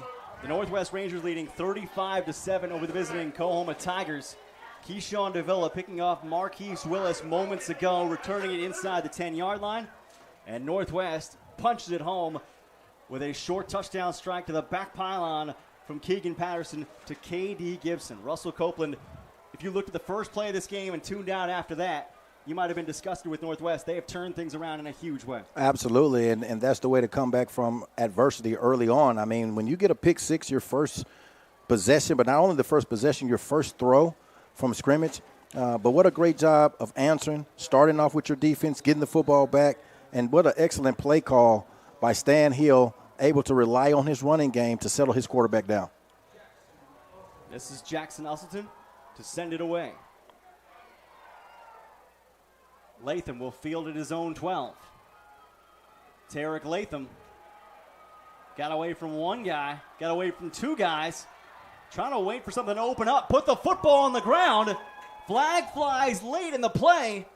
Does Northwest have it? I'm going to be careful here. Maybe a face mask call, but I think he did fumble that football. It is a Ranger football, according to the head linesman.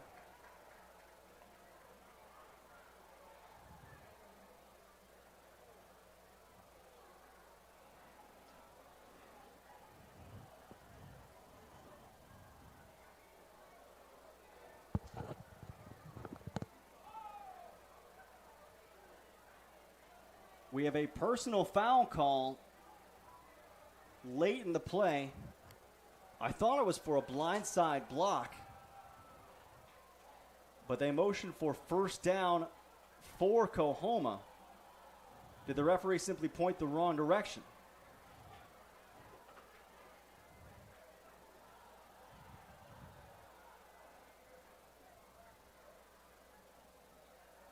Flag did come in very late. Might have been for a face mask, like you said, Russell. Referee's microphone was not turned on a moment ago. There is no flag on the play. It will be Ranger football. So yet another thing piling up against COAHOMA. Another turnover, but great job by Jackson also. You talked earlier about the kick. He tried to kick the football to the sideline and went out of bounds. Excellent kick there by him. It was set up by him. Great job by the kick coverage. From the gun, Patterson looking, looking, has room to scramble and takes it. Keegan Patterson weaving his way to the goal line. He's in. Quarterback keeper for a 25-yard score. Yeah, great job by Keegan Patterson. Now you talk about how he started the football game. That makes him feel a little bit better being able to score a touchdown. But that's the way, look downfield. No one is open. Took it upon himself. Nice scramble for the touchdown. How about 6 feet tall, 195 pounds, lowering the shoulder, getting to the goal line. Did not want to come up short. Would not be denied. Jackson Usselton. 42 Ranger points in the first 30 minutes of the contest here in Senatobia. It has been a Ranger rumble, all but the first play. And, I tell you what, when you look at that first play and you look at a team that needs a big break, COAHOMA gets that break. And a lot of times now you're in a dogfight early because you give up 6 points defensively. But this football team, that just shows the maturation. That shows the maturity level of this team. They didn't put their heads down. They went back to work. And you look at the score right now, you wouldn't have thought, if you missed it, the first play from scrimmage was a pick 6 by COAHOMA. This certainly not a final game book that's going to be able to be judged by its cover. Northwest leading now by 35 going into the half, and still another play to come. You never know what's going to happen given that COAHOMA's turned it over twice. The last 2 times they've had the football in their hands. And these are the type of games and type of plays that you need for a young football club to be able to know that you can come back from adverse situations.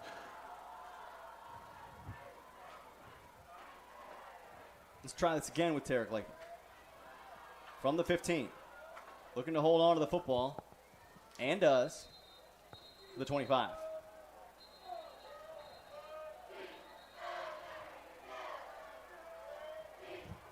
Oh, boy. Guys getting pulled off the pile late. Somebody rolled up on the head linesman. Got to keep your head in a swivel near that pile. 11 seconds remaining.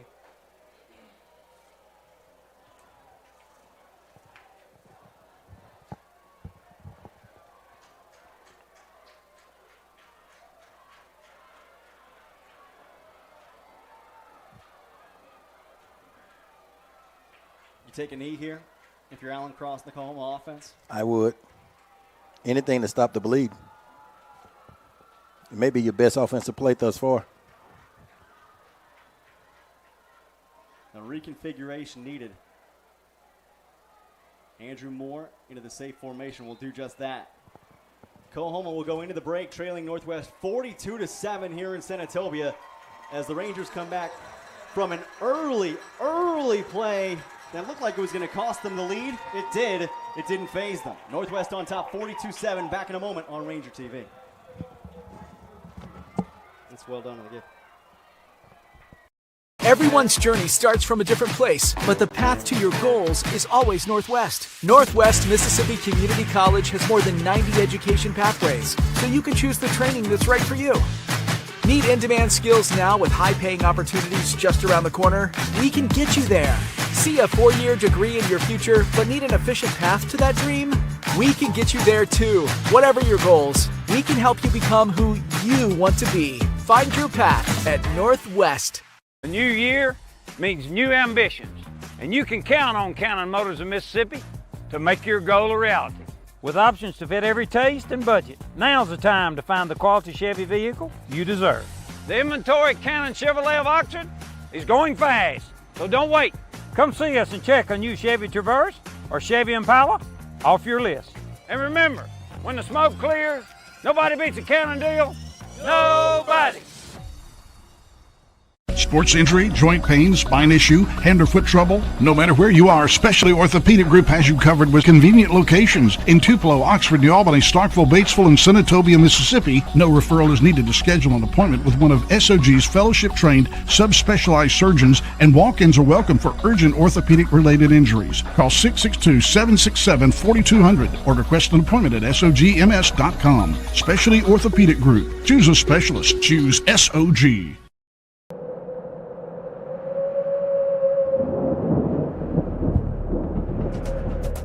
Weather in Memphis can be beautiful, annoying, inconvenient, or worse. So you need to get to your safe place at this moment. Trust the only local team with 80+ years of experience forecasting your day, tracking storms, and keeping your family safe. When Memphis weather gets real, turn to the real weather experts. First Alert Weather, only on Action News 5.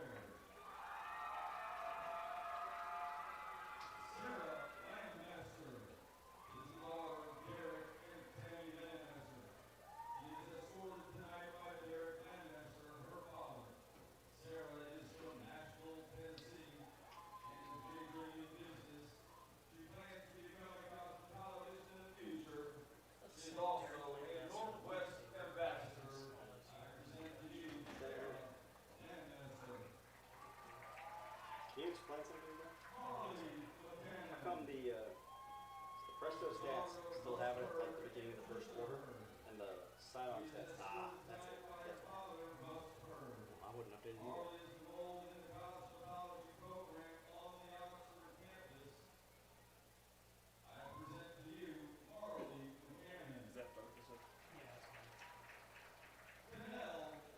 Gulf Coast getting beat by East Central.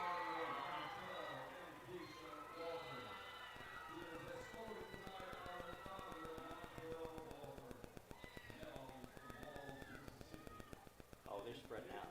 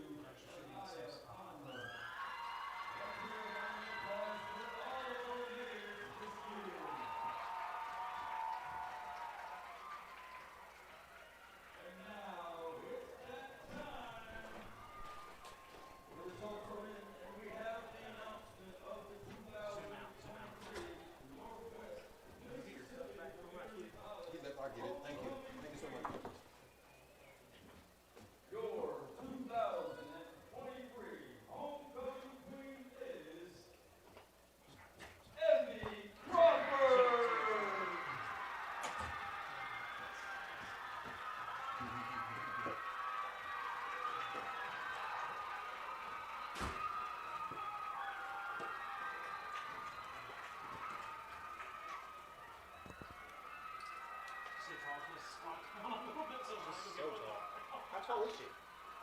6 foot? We'll find out. We're going to find out from your roster right now.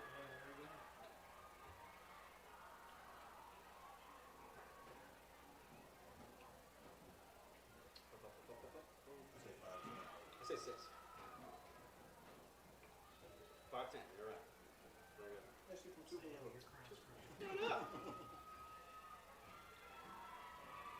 How many goals? Take a guess. Come forward, look. I'll say 12.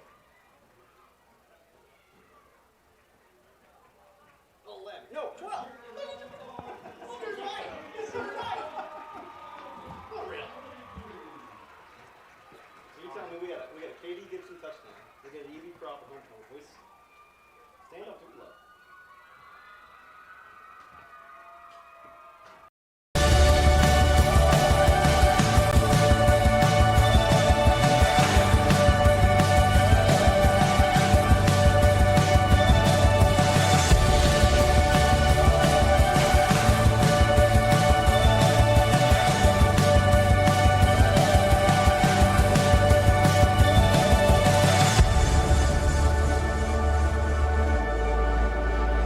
Nobody. We're taking action for you every day. Your stories deserve to be told, and we've got the best storytellers right in your community. Shorts, reels, tweets, and content that play out live on TV or in your hand. You name it, we're on it. Get those stories anywhere you are. Here, and of course, here. We're storytellers focused on Memphis, focused on taking action for you. Action News 5. Find us, well, anywhere. Wade Incorporated began in 1909 in Greenwood, Mississippi. Over the past 100 years, our family-owned and operated company has grown to 12 locations throughout the state. We've served generations of farmers, helped the weekend warriors keep their land and food plots in check, and met hundreds of new customers along the way. We've seen a lot of things change over the years, but one thing has always stayed the same: a caring team that provides customers with excellent service on an unbeatable John Deere product. Wade Incorporated, your North Mississippi John Deere dealer, delivering service, solutions, and success since 1909. Utility tractors from Wade Incorporated give the power you need and the comfort you deserve to make getting the job done a lot more enjoyable. Visit WadeIncorporated.com or contact your local Wade dealership today to learn more.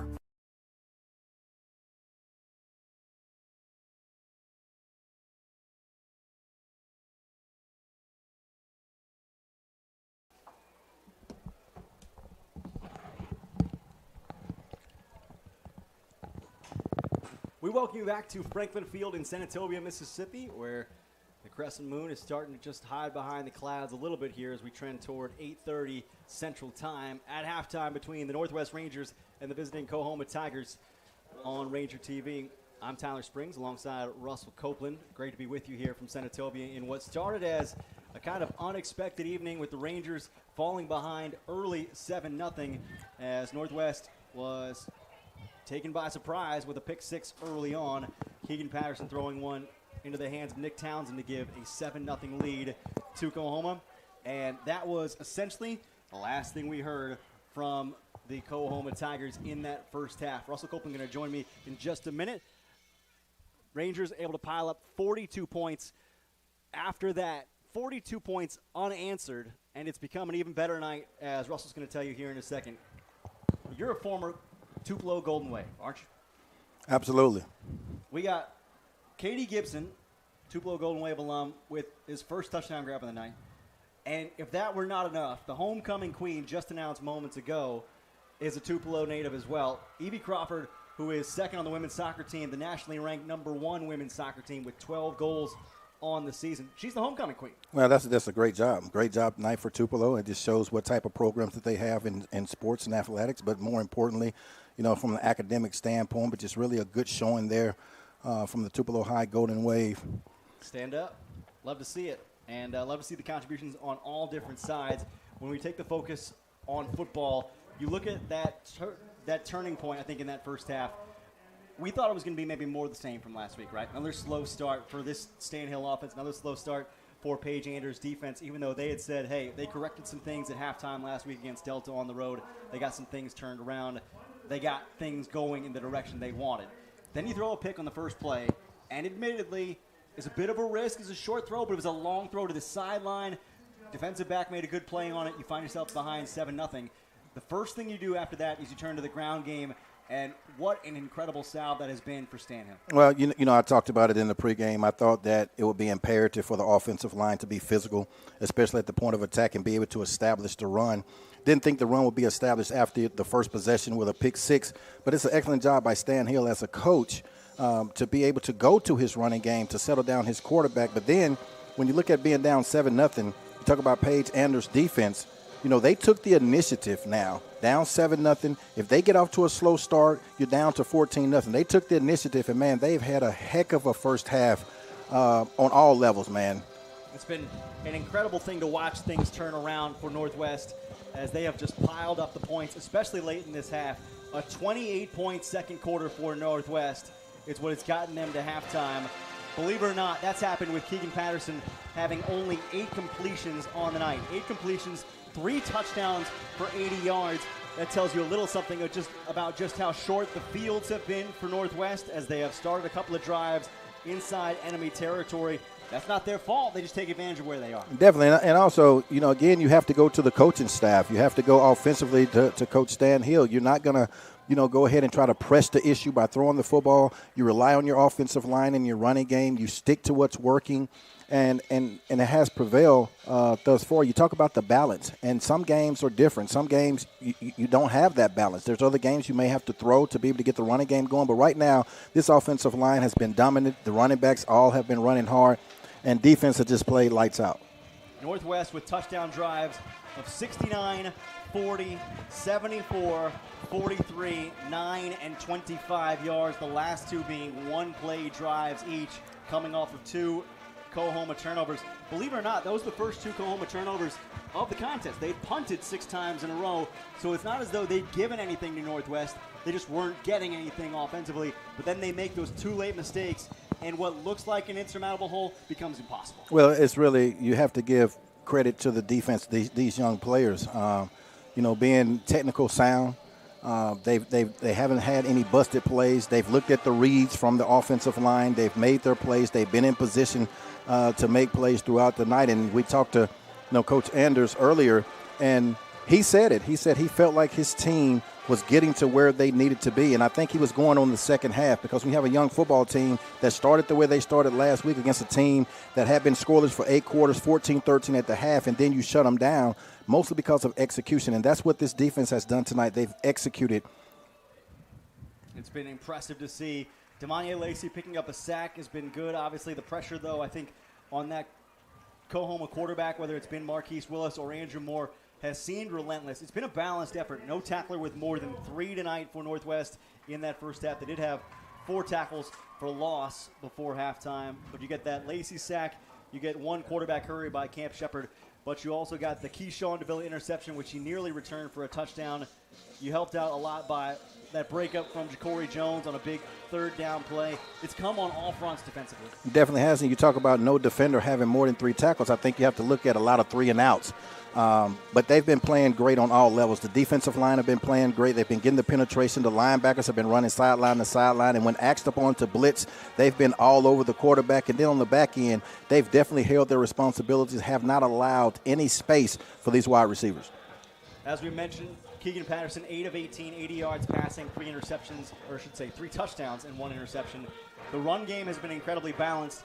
You might see 3 guys with more than 100 yards gained in this game if it goes the way it's going right now. D. Petit with 108 or 103 in that first half and a score. Xavier Davis already at 86 yards in that first half. And Cam Young, 7 carries for 43. I would expect to see a lot of Cam Young and some Roman Gregory in that second half. Absolutely. When you look at D. Petit at 103 and just talked about Davis at 86, it just shows again with the offensive line. But these are the type of games that you're going to need down the stretch when the competition gets better. Can you be able to run the football? Can you be able to control the clock? If you're ahead, can you have that 4-minute type of offense? And this is really what you want to see out of your offensive line. It builds confidence for the guys up front. Northwest, in total, has gained 337 yards on 47 snaps.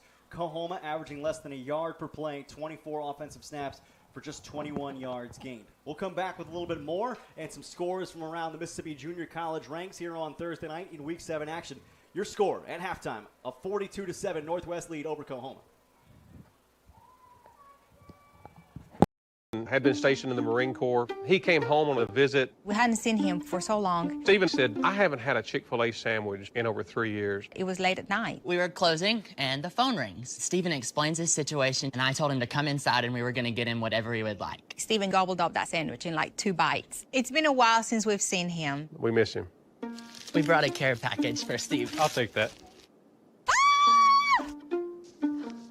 Oh, my goodness. Meet Jimmy Mundane. Jimmy wears the same outfit every day.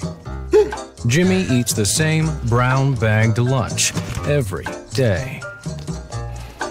Jimmy does the same thing every single day. Introducing Fuel Rewards. Save at least 10 cents a gallon when redeeming. Bank First Perks. Designed to help Jimmy live a little. Back at halftime, the Northwest Rangers leading by a score of 42-7 over the COAHOMA Tigers. Russell Copeland will rejoin us in just a second. I'm Tyler Springs. Rangers keeping an eye on competition around the MAC tonight, in addition to what they're doing, giving the business to COAHOMA. You want to keep an eye on a couple other games that are going on around the way based on what the Rangers hope for in the North Division race, which is still, at the moment, up for grabs. We are into the fourth quarter down in Decatur. East Central still leading narrowly 24-21 over Mississippi Gulf Coast. That would be a big one for Jonathan Webster to pull off if he can take down Jack Wright at home. Halftime between Itawamba and Hines. Itawamba on the road, but leading that one 10-0 at present.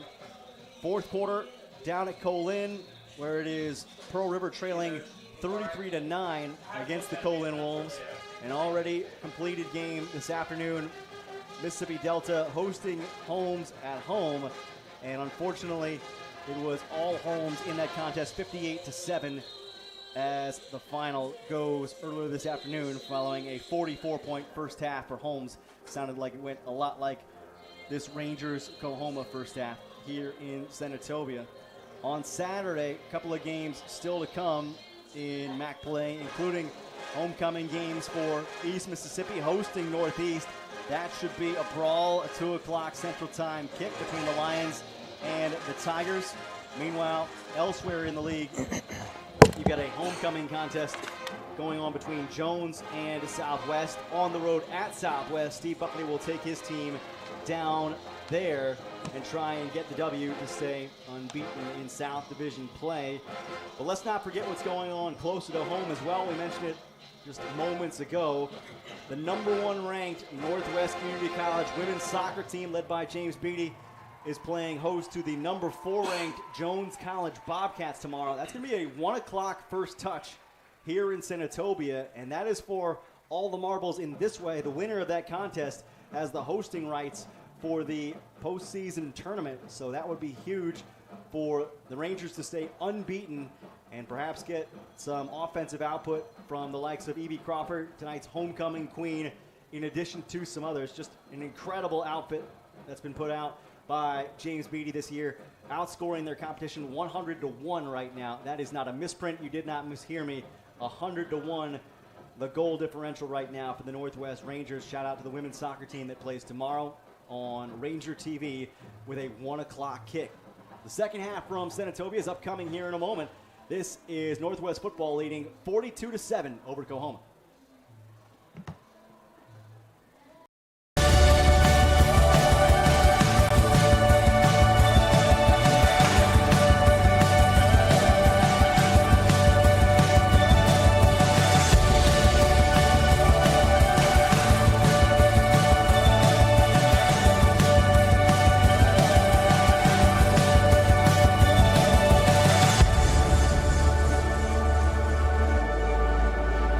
Nobody.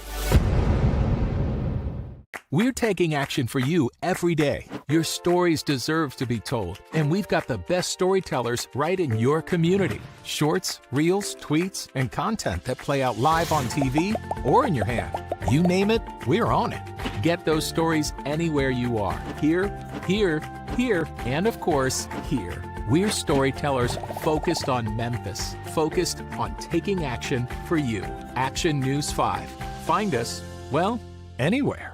Wade Incorporated began in 1909 in Greenwood, Mississippi. Over the past 100 years, our family-owned and operated company has grown to 12 locations throughout the state. We've served generations of farmers, helped the weekend warriors keep their land and food plots in check, and met hundreds of new customers along the way. We've seen a lot of things change over the years, but one thing has always stayed the same: a caring team that provides customers with excellent service on an unbeatable John Deere product. Wade Incorporated, your North Mississippi John Deere dealer, delivering service, solutions, and success since 1909.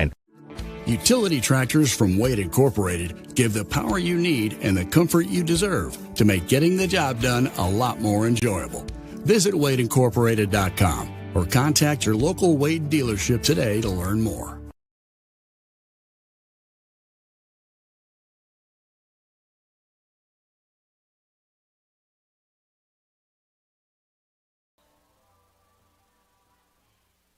The Northwest Rangers getting set to come out 42-7 their lead at the break. Alongside Russell Copeland, I'm Tyler Springs as the powder blue-clad Rangers come out looking to be a little refreshed after a long extended homecoming halftime. They've got to prove, Russell, that they can wind this clock in the second half. If they get 3 more points, they're up by 38. That means you can have a running clock at the junior college level. What's important, though, is that they, show they can possess the football and keep the game going, shorten as much as possible, do nothing more than the bare minimum to win this game. Absolutely. If they can continue to do what they've done in the first half, and that is be dominant up front and run the football. And so I think if they can continue to do that to start the game offensively, then I think you'll see the run the clock. But defensively, they have to definitely pick off what they left off. I mean, they've totally dominated and shut out this COAHOMA football team. Northwest at times has been a little bit suspect in their execution. We've seen it very, very rarely, especially later in the season.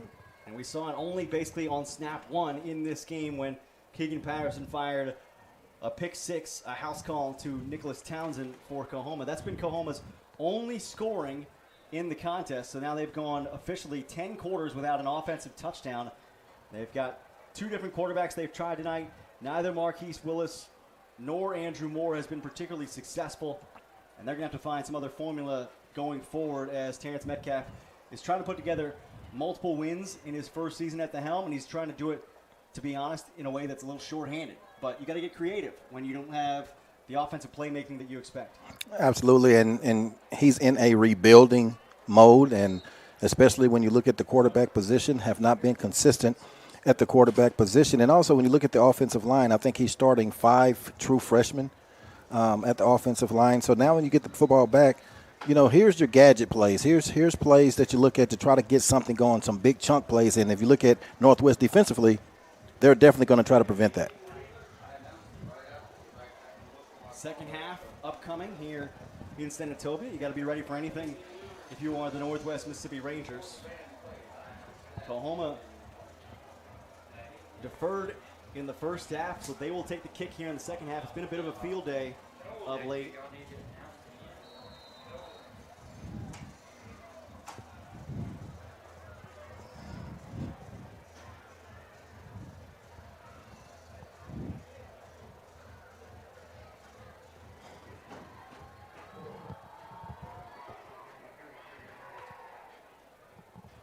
This one will be fielded by Tarek Latham.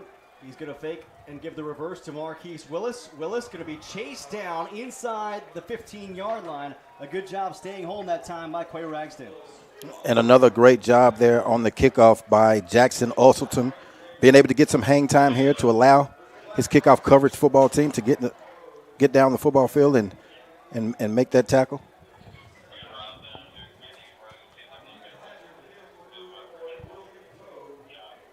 So the 15-yard line is where COAHOMA will take over. Again, 24 plays of offense in that first half, 21 offensive yards. This is Marquise Willis who will begin things for COAHOMA. Joined.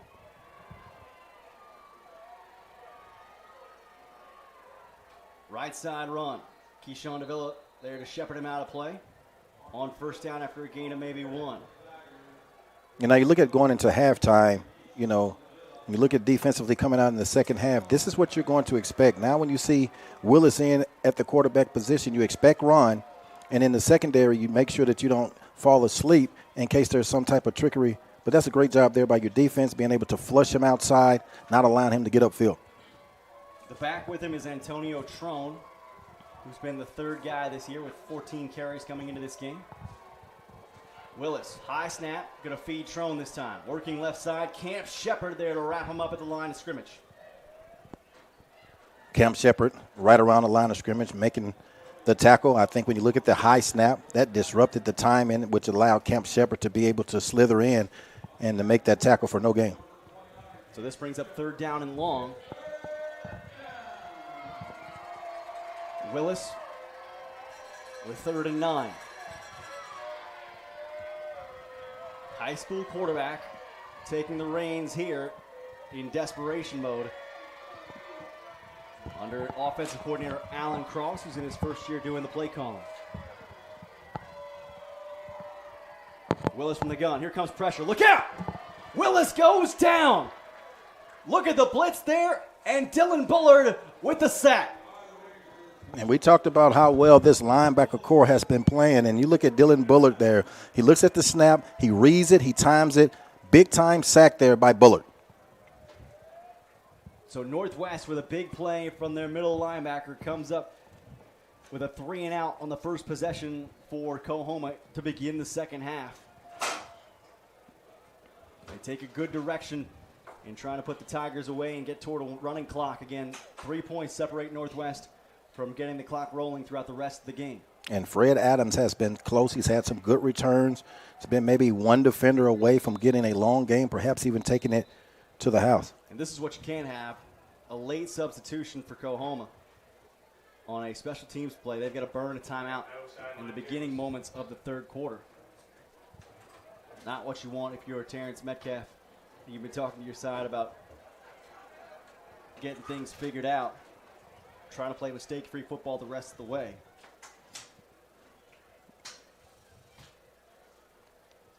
You know, as a head coach, you know, this is really a difficult time because you want to make sure your team stays in tune, but you're now 1-5.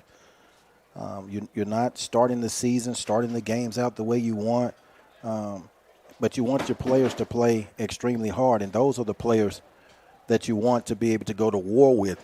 And when you look at retaining players from year in and year out, you're going to look at these type of games and these films very hard to see if these are the players that you want to go to war with next year.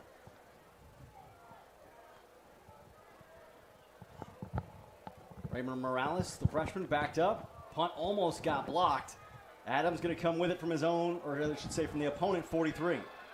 Adams with good wiggle. Fred Adams has a lane down the sideline. Finally shoved out inside the 15 as flags fly. A pair of them going to probably hold up progress. Didn't want to see any laundry on the field then. I thought that he was getting close to breaking one, a long return, but I think it may be called back, either blocking the back or probably holding. Brandon Hall made the tackle.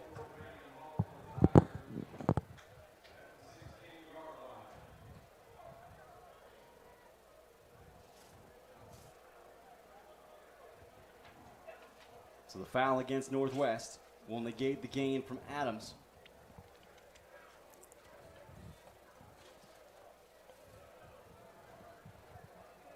They will still take over in relatively good order. Close to midfield.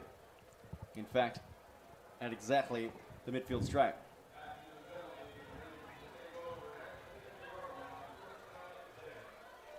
$12:29 to go here in the third quarter. Northwest beginning at the 50. Now, offensively, you want to continue to maintain your focus, not have any negative plays, and I would continue running the football aggressively.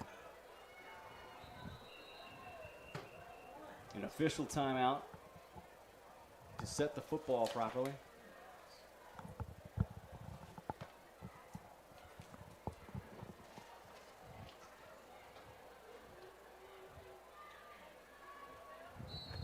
So the clock will start with the ball here on the 50-yard line at the snap. Keegan Patterson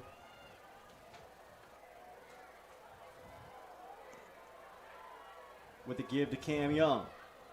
Patterson and Young did a decent job in tandem running the football in that first half. Cam Young, the least productive of the three Ranger running backs, but those are three guys who are very productive in triplicate overall. Yeah, now to start the second half, this defensive front, from halftime, they're fresh. Was able to stalemate the offensive line there for a very short game. 2nd down and 8 after a short game from Cam Young. He'll break through the center this time as well. Has some room. Young had to put 2 arms on the football in gaining first down yardage. Narrowly kept it from getting ripped away by COAHOMA. Now you look at that stretch play outside or the outside zone, and now this time it's Cam Young that's able to stick his foot on the ground and do the cutback to this near side of the football field.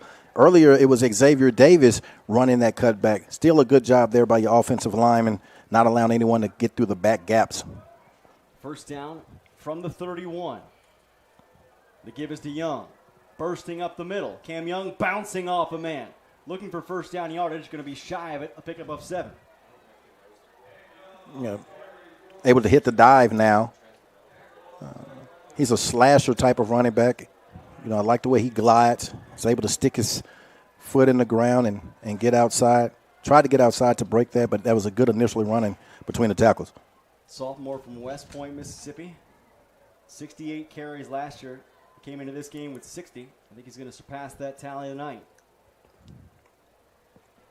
Getting spelled by D. Petit here, who's already over 100 yards in this contest. 2nd and short. Patterson, little rollout. Pressure coming to him, and he just dirts it at the feet of Kyler Hutton, who has not had a catch tonight. Believe it or not, that's incomplete, but that was a good decision. Defender is right there. You throw it at the feet. Don't want any, negative plays, because if you throw it right on the money, it could be a fumble, something negative. So I like that throw in the dirt by Patterson. 3rd and short once again. The line to gain is the 21 in COAHOMA territory.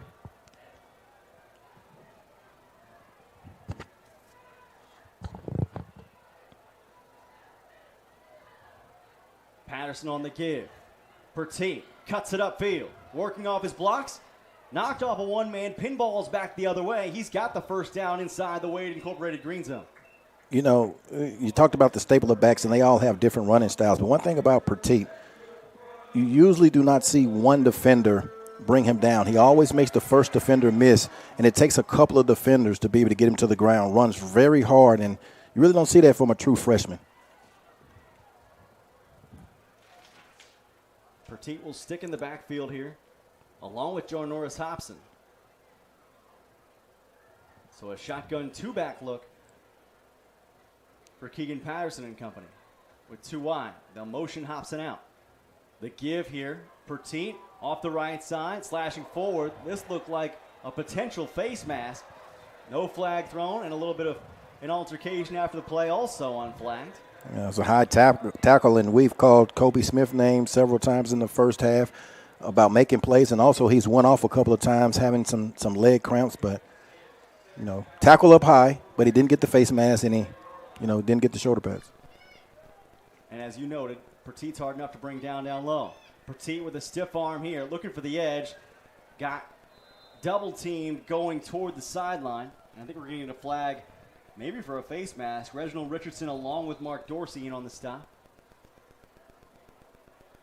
Are they going to whistle Petit for having his hand in the mask of a defender?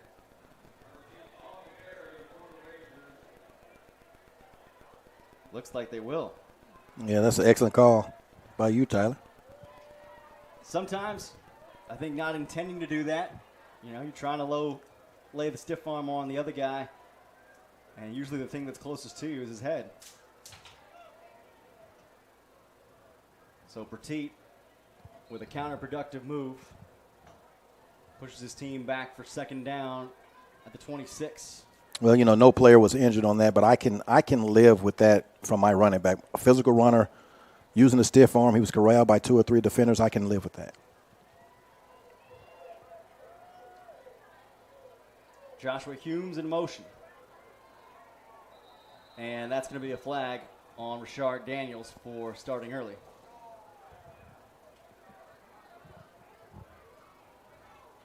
And you'll hear me say that again. you cannot have a false start by wide receivers. You're looking in at the ball, and then you look at the juncture, where we are with the score. You look at where you are at the yard line. There's no need to try to jump the snap. Stay in, run the play that's called. A little antsy, but it's just no need for it. There's no excuse for that type of play.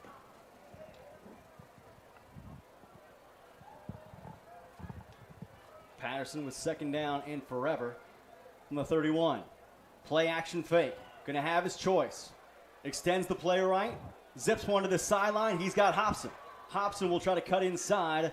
Knocked off his feet at the 15. Solid tackle by Clay Taylor, the defensive back from Charleston. Now you look at Janoris Hobson. He's played at Mississippi State a little bit, but that's a scramble drill that you want to be able to come back to your quarterback. He's right on the sideline.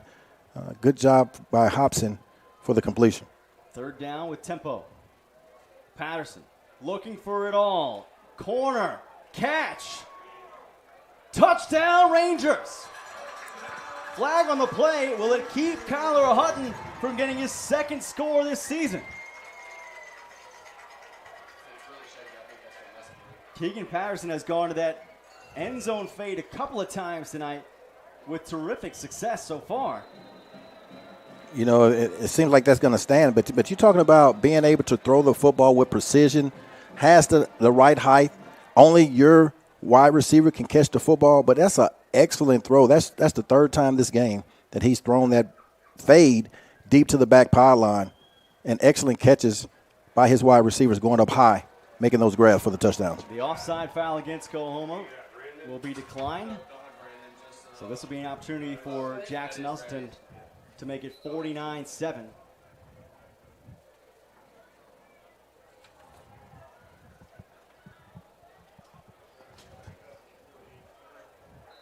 No good. Elsterton with a rare miss of the extra point, so it remains a 48-7 lead for the Northwest Rangers after the touchdown throw to Kyler Hutton. Back with more on Ranger TV in a moment. Ready to give your valuable asset the care it deserves? At Dipsticks, we understand that your vehicle is more than just transportation. It's your freedom, your personality, and usually your first or second most valuable asset. That's why we prioritize your vehicle's health, treating it with the care it deserves. Our team of skilled technicians is dedicated to providing dependable work with attention to detail. When you choose Dipsticks, you're not just getting an oil change, you're getting peace of mind. Trust your valuable asset to the experts at Dipsticks. Dipsticks, come to us for a change.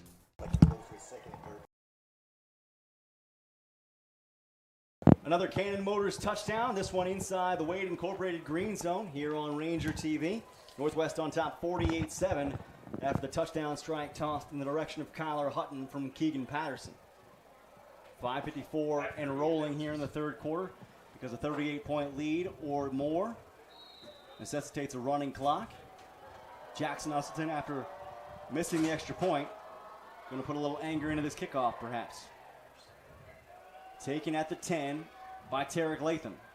Latham trying to scoot out to the left side and going to be jersey tied at about the 16.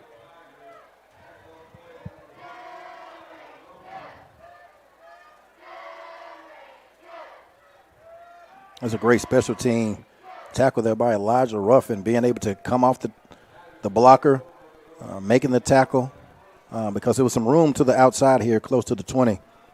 Good special teams play by Ruffin. Elijah Ruffin, a guy who's been mixing in there at the safety position last couple of weeks, along with Jamarlin Green. Still a freshman, one of many on this team, but starting to come into his own and get comfortable. Yeah, he's a player that's been getting better and better each and every week. Marquise Willis back at the controls for COAHOMA. And timeout taken by Terrence Metcalf. What we're seeing here is this offense that's not quite sure of themselves, especially with a new leader under center or behind center, as it were. Trying to get set up, make sure they don't make any fouls that extend this game any longer than it needs to. And you look at Willis now being at the quarterback position. You're looking for any type of spark, but not just for this game. You want to try to end this game on a positive note, but also the remainder of the season. You know, who moving forward, who's going to give you the best opportunity to win at the quarterback position because it's been instability at that position. It is Willis with Antonio Trone, the freshman from Montgomery, Alabama, in his sidecar off the right hip. Willis, roll out, right side, a sling, and the receiver dropped it. That was a nice throw, and for him to be a wide receiver, yes, he played quarterback, but that's a nice throw. And playing quarterback, the majority of his high school career, being the younger brother of Malik Willis, backup quarterback for the Titans, you can tell that he's played the quarterback position. Deshaun Catron, the freshman out of Bartlett, Tennessee, with a drop there, brings up second down. And I imagine you can get a little more angry with your receivers if you've been a receiver, because you know how easy or how hard that play is to make. And that's the great job of playing quarterback that's played the position, because you know where the ball is supposed to be, and it helps him out at the receiver position when he plays receiver. He'll carry left this time. Look out. Hat came off for Malik Willis. Kept hold of the football, but that swarming Northwest defense certainly making Willis feel them. Man, this defense has been playing relentless, playing physical, a lot of pursuit to the football, and this is the type of game, Tyler, that you're going to need moving forward for your defense. So third down, Willis has to come off because of losing the lid.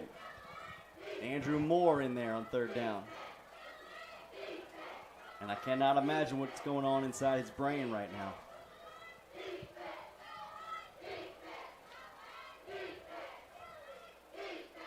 Saying Moore has been under pressure tonight is a vast understatement. Only sacked once, but 3 of 7 throwing the football. And has had no time. 5 guys coming for Northwest. Moore steps up into the pressure. Moore barely flung it away. You could argue that was a fumble. They're going to rule it as an incomplete pass. But Moore had guys in his face. Man, Moore has really taken a beating here tonight. You talk about the pocket collapses. He tries to get outside and get rid of the football, and just all you can see is that wave of blue. The defenders, they're right in his face, and he's still down right now, so hopefully he's going to be okay. The pressure came from number 38, Zion Edwards. COAHOMA getting a little thin at quarterback. They've already lost Jackson Allen. We have not seen any of Jay Kelly tonight, the freshman out of Cleveland, Mississippi, who's been used in multiple games this season. And now Moore, who's making his second college start, is getting up to a knee, but slow to get up further than that. And he's, small in stature, 5'9", probably around 170, maybe 175. And, he's been getting hit nearly every play.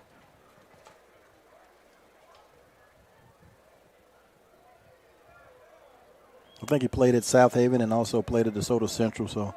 But he really had a good career combined with both of those schools, South Haven and DeSoto Central.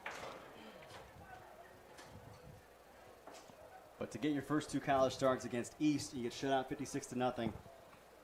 Well, maybe that's just your first game, and then you get your second game, and it's 42-7 at the half. Rude awakening, right? Yeah, it's a different level for sure. The kick from Morales have been generally good tonight. Fred Adams able to make the first man miss.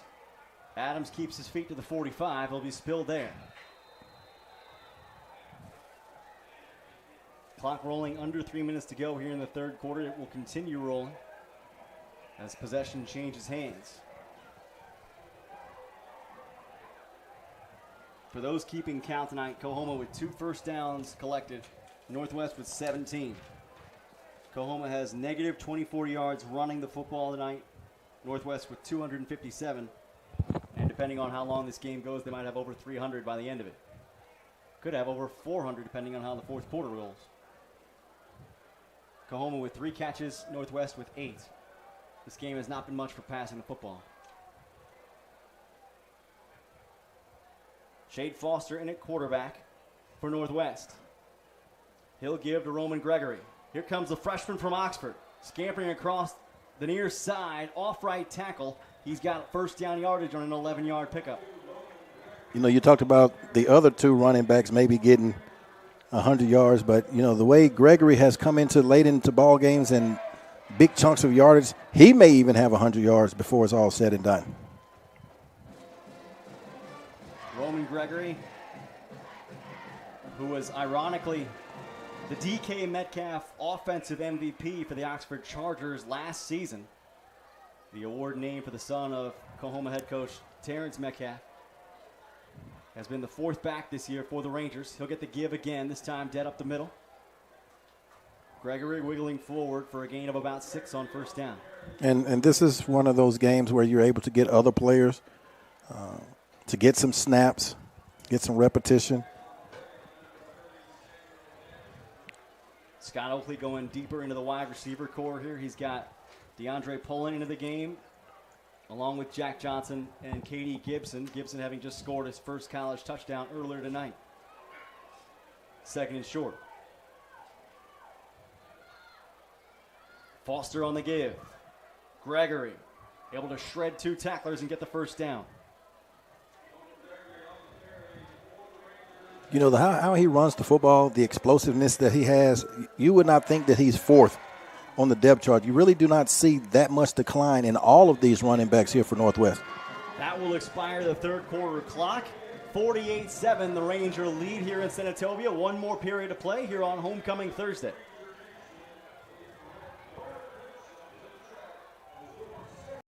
When television first came to the state of Tennessee, the tower wasn't built on Rocky Top, and the cameras were not focused on Nashville's opera. The birth of WMC brought the golden age of television to Memphis first. And since that day, we have given the Bluff City a voice like never before. We are 12% of America, 40% of Memphis, and we have something to say. From our greatest tragedies, Martin Luther King was shot and was killed tonight in Memphis, Tennessee, to the sweetest joy. Memphis Tigers and their quest for a national championship. We have been here through it all. Sometimes the outside world doesn't understand us. They see our pain, but miss our pride, the grit, and the grind. You don't have to be from Memphis to be a Memphian, but if you're one of us, you know. So as Action News 5 begins our next 75 years, we are going to tell the world that this is my Memphis. We hope you will too. Northwest starts the fourth quarter in possession of a 48-7 lead. The first give is to Roman Gregory out of the hand of Shade Foster. Northwest has put a beating on COAHOMA tonight, leading 42-7 at the break and having gotten a touchdown here moments ago to start the clock rolling for the rest of the contest. And now getting a lot of the reserves into the game. Benji Parker's side could use a game like this, and they're getting it tonight. With 2 weeks left in the season, getting a lot of reps for little used bodies. The give. Gregory darts to the edge. Roman Gregory taking on a tackler down to the 11. When you have your fourth string running back that's able to bounce an outside play and get around the corner against this number one defense that's still for COAHOMA, then that says a lot for your running back's room. But you mentioned, Tyler, getting players to play that haven't played. Now you get a chance to see what they can do in live action, but also see who knows the playbook. You know, you don't want to see a lot of mental mistakes when you get to your second and your third string. Gregory getting a longer look with Shade Foster at quarterback. The snap and the handoff exchange came late. Foster able to escape pressure. He's going to get at least back to the line of scrimmage and a gain of a couple. Shade Foster with a 5-yard pickup. Man, tough run there by Shade Foster, and I can't say it enough. He is the punter, and to see him do the moves that he did in the backfield, but to finish the run, you don't see slash punters, quarterbacks run with that type of physicality. I'm not yet in the place where I'm going to call him Cordell Stewart. He's not slash yet to me, but he's doing a lot of different things. He's mini slash, right? We can say mini slash because on the punt, he's had some keepers, right? He has had some of those. A little rollouts to the right side. He'll feed. Gregory working back to the left here, spun back to the middle, inside the 5. Another good job there by Gregory, running and you know if you're down on the depth chart and you look at it, the fourth running back and he's running hard, you want to be able to get into that end zone. So he's definitely smelling that goal line. Kevin Doherty in at tight end. The receivers, Gibson and Jack Johnson. It's a double tight set here. Gregory, off right tackle. Reaching for the goal line, almost lost the football. No signal yet. Stopped on the threshold. Should be first down yardage. Good enough for first and goal. Short by maybe the nose of the football. Right on the inch line.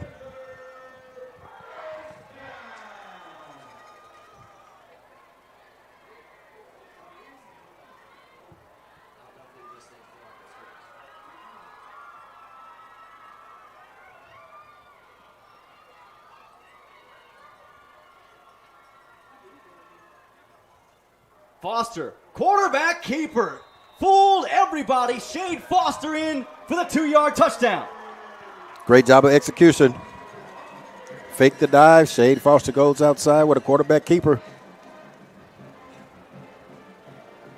Do you feel robbed if you're the freshman Gregory there? Hey, I've done this whole drive. Now they're going to let Shade take it in. Well, it's a team sport, but of course he wanted to finish it, right? And that's what you want out of a young running back. You want him to want to finish the drive. That's right. That's right. But they give the QB keeper to Shade Foster, who also hadn't seen the end zone a lot in his career. So I think I'll be happier for Shade Foster scoring as a punter. How many opportunities does he really get to run the football and really score a touchdown? Because he's always kicking to the opposition. Third-year guy finally into the end zone. Jackson Elston rebounds from a missed extra point attempt last possession to convert this one. 55-7 with under 10 to play and rolling here in Senatobia. Then when you look at Shade Foster, right, and you look at Gregory, there's 9 minutes left, so Gregory probably have another opportunity maybe to get in, you know. Maybe one, maybe not two. He may get one from long distance. Good teams can probably take the air out of the ball for, we'll say, 6 minutes, depending, and that's without a running clock. So with the running clock at 9 minutes right now, you very well might not see your team get the ball even more than once after this.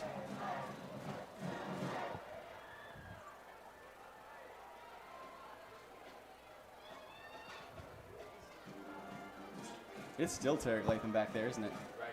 It is.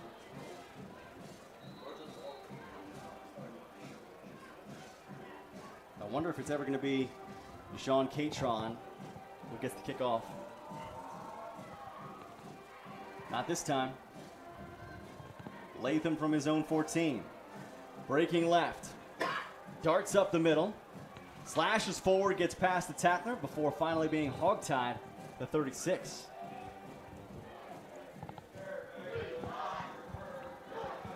Northwest now with some subs along the defensive front. Jalen Spencer, Tyler Farrow contributing out there. Great to get some of the lesser used guys in there. Jalen Nickelberry going to pin his ears back as well.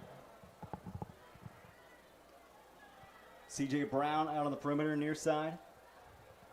Subbing in at corner.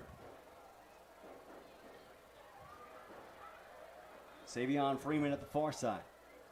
Marquise Willis at the quarterback spot. The snap rolls back to him. Willis slings one left side, incomplete. Intended for Catron. When you look at these reserves in the backfield here, in the defensive backfield, see some man-to-man coverage, and you still have your number one offense here for COAHOMA. So see if these young players here, how they respond to man-to-man coverage against starting wide receivers. I think that's really good work for this group. Willis and company trying to get any semblance of success. Again, the snap rolls back to him. He's going to unleash a deep ball here. Look at the spiral this time. Missed his receiver by only a couple of yards. That's a great job there. I just talked about the man-to-man coverage. You have man across the board. Excellent coverage there by this defensive backfield. Throws it deep and right in the hip pocket there, defenders. Carlando Crump racing back to make sure that was not a touchdown. Might as well let it fly. Nicholas Taylor, the intended recipient. 3rd and 10.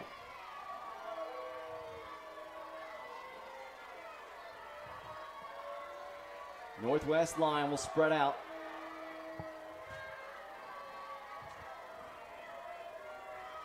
Northwest will send only 3. They play coverage. To the left side, caught. First down, COAHOMA. Something we've only said 3 times tonight. A great completion right to the marker that time for the Tigers. Diston Wheeler with his first catch of the second half. Yeah, timing pattern outside. You mentioned, playing zone, rush 3. You dropped 8, but able to get into the soft spot outside for the first down. High snap to Willis. Searching. Spencer going to give him a run for his money and force him out of play. Northwest leading 55-7 here deep in the fourth quarter. The most points they've scored since the 2021 MAC championship game when they put 56 on Hines. Northwest with 55 tonight, including 42 before halftime. Great offensive output for Stan Hill's outfit against the COAHOMA side that has been overwhelmed.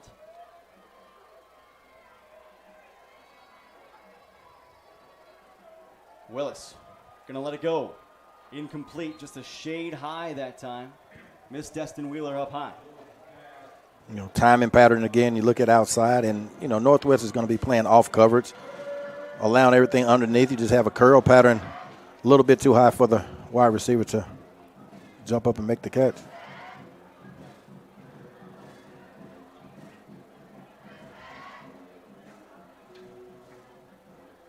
Third down.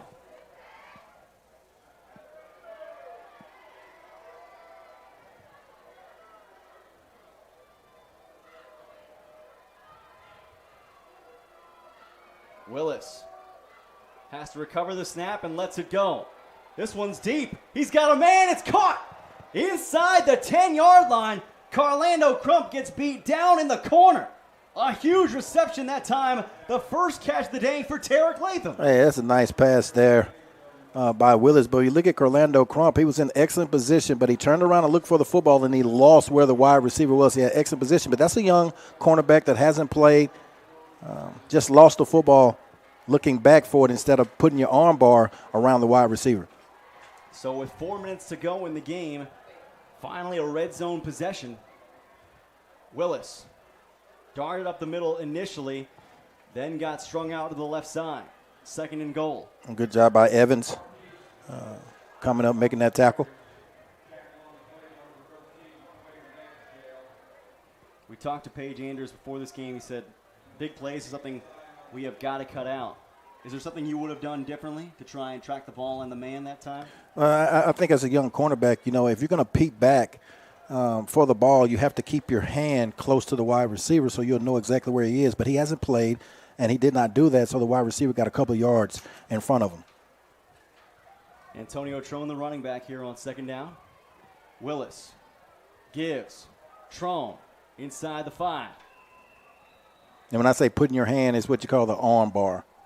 Looking back at the ball, but you still have your arm close to the wide receiver, but you're looking back at it, so it's not going to be pass interference. Get your head around, use the arm bar, so now you know where the ball is, but you also keep track of the wide receiver.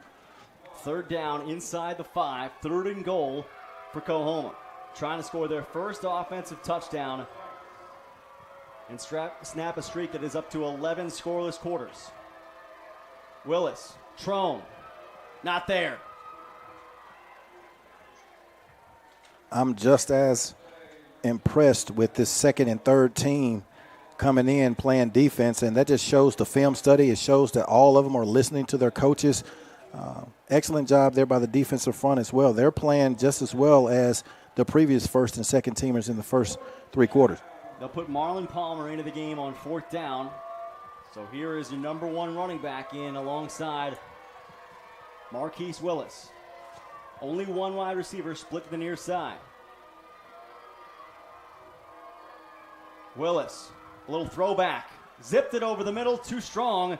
Incomplete, and a turnover on downs inside the 10-yard line as the Northwest defense puts up a goal line stand. You give it the big play, but still you have a great goal line stance. And, I know it's repetitive, but still, when you have your third teamers in and you catch a football inside the 5 and you do not allow this offense to score, that's just a tremendous job all around with your defensive team. So another turnover on downs forced by this Northwest defense. which has been excellent in that category tonight.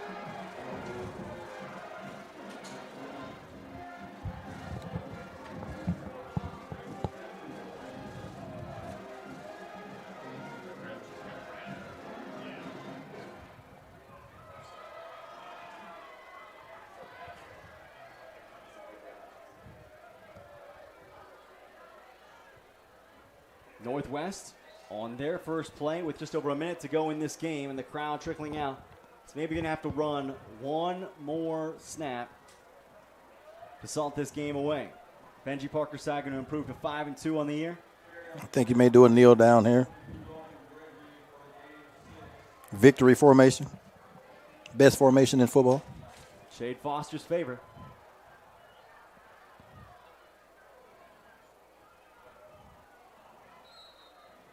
And there it is. The Northwest Mississippi Rangers, 55-7 winners here on Thursday night over an overwhelmed COAHOMA side that drops to 1-6 on the year. Northwest improving to 5-2 overall. Russell, for the second week in a row, you don't love the start, but you love the finish. Absolutely, and this is the type of game that you wanted to see from the Rangers. And just looking at the start, you get a pick six, the first throw of the game, but defensive came out immediately aggressively. Then when you get the football back offensively, great job by the offensive line, and they were physical from the second series to the end of the football game. The final 55-7 with a running clock going for most of the second half between Northwest and COAHOMA. On the evening, Northwest, 10 of 21 for Keegan Patterson, throwing the football for 111 yards, 4 touchdowns, and that one fateful pick. But his receiving core came up big, including Janoris Hobson with 4 catches to lead the way, but 4 touchdowns split among 3 different guys: Kyler Hutton, J.D. Ferguson, and K.D. Gibson. And that's what you want to be able to see, spreading the football around. But now you know your receiving core, they can make some big plays for you. And I'm just saying, this is a type of football game on all 3 phases, offense, defense, and special teams, that you're going to need. Building confidence for your wide receiver core, being able to know that you can be physical up front and run the football, especially when needed, with 4-minute offense on down the road. So just a great performance offensively, defensively, and special teams tonight. Northwest finishes with over 350 yards on the ground, led by D. Petit. 14 carries, 116 yards. Xavier Davis, 9 for 86. Cam Young, 10 for 70. And Rowan Gregory in mop-up duty, 8 for 57. That's an impressive ground attack for 4 guys averaging over 7 yards carry. Absolutely, but it goes, again, to the offensive line. And we talked about it, Tyler. We thought that the offensive line was going to have to be physical, and they did that. Defensively tonight, Northwest got a very balanced effort, got a lot of guys into the contest that we haven't called the name of very often.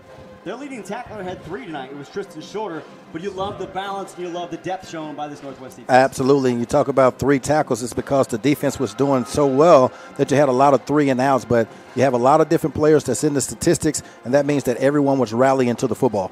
Northwest tonight, 469 total yards, holding COAHOMA to just 72 yards of offense on the evening. Rangers went 8 of 11 on third down. COAHOMA went 2 of 11 on their third downs. Northwest 6 of 6 in the red zone.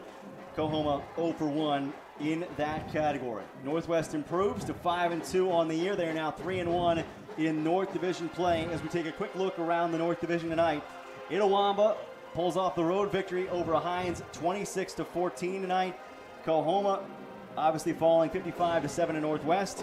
Mississippi Gulf Coast rallies for a road victory, a 28-24 win over East Central. They improve to 5-1 on the year.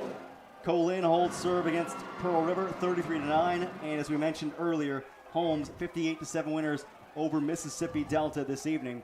Those are the scores in addition to the Ranger result here in Senatobia.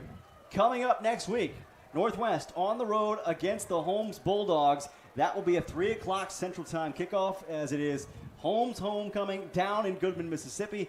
Russell and I will be there for it on Ranger TV. Looking forward to bringing you that one, but only 2 games left in the regular season. Russell, it's crunch time. Absolutely, and they started here tonight, and hopefully this is going to be building. Great week of preparation coming up, and big game in Holmes. Huge effort tonight for Benji Parker's side as they get their 5th win of the season. Thanks so much to all our crew tonight: Brandon Taylor, Marcy Jemerson, Matthew Mixon, Sidney Ford, Mackenzie Curtis, Jalen King, and Brian Oakley on the stats. Brian Lentz, our producer, as well as Colby Bethany helping out with the camera.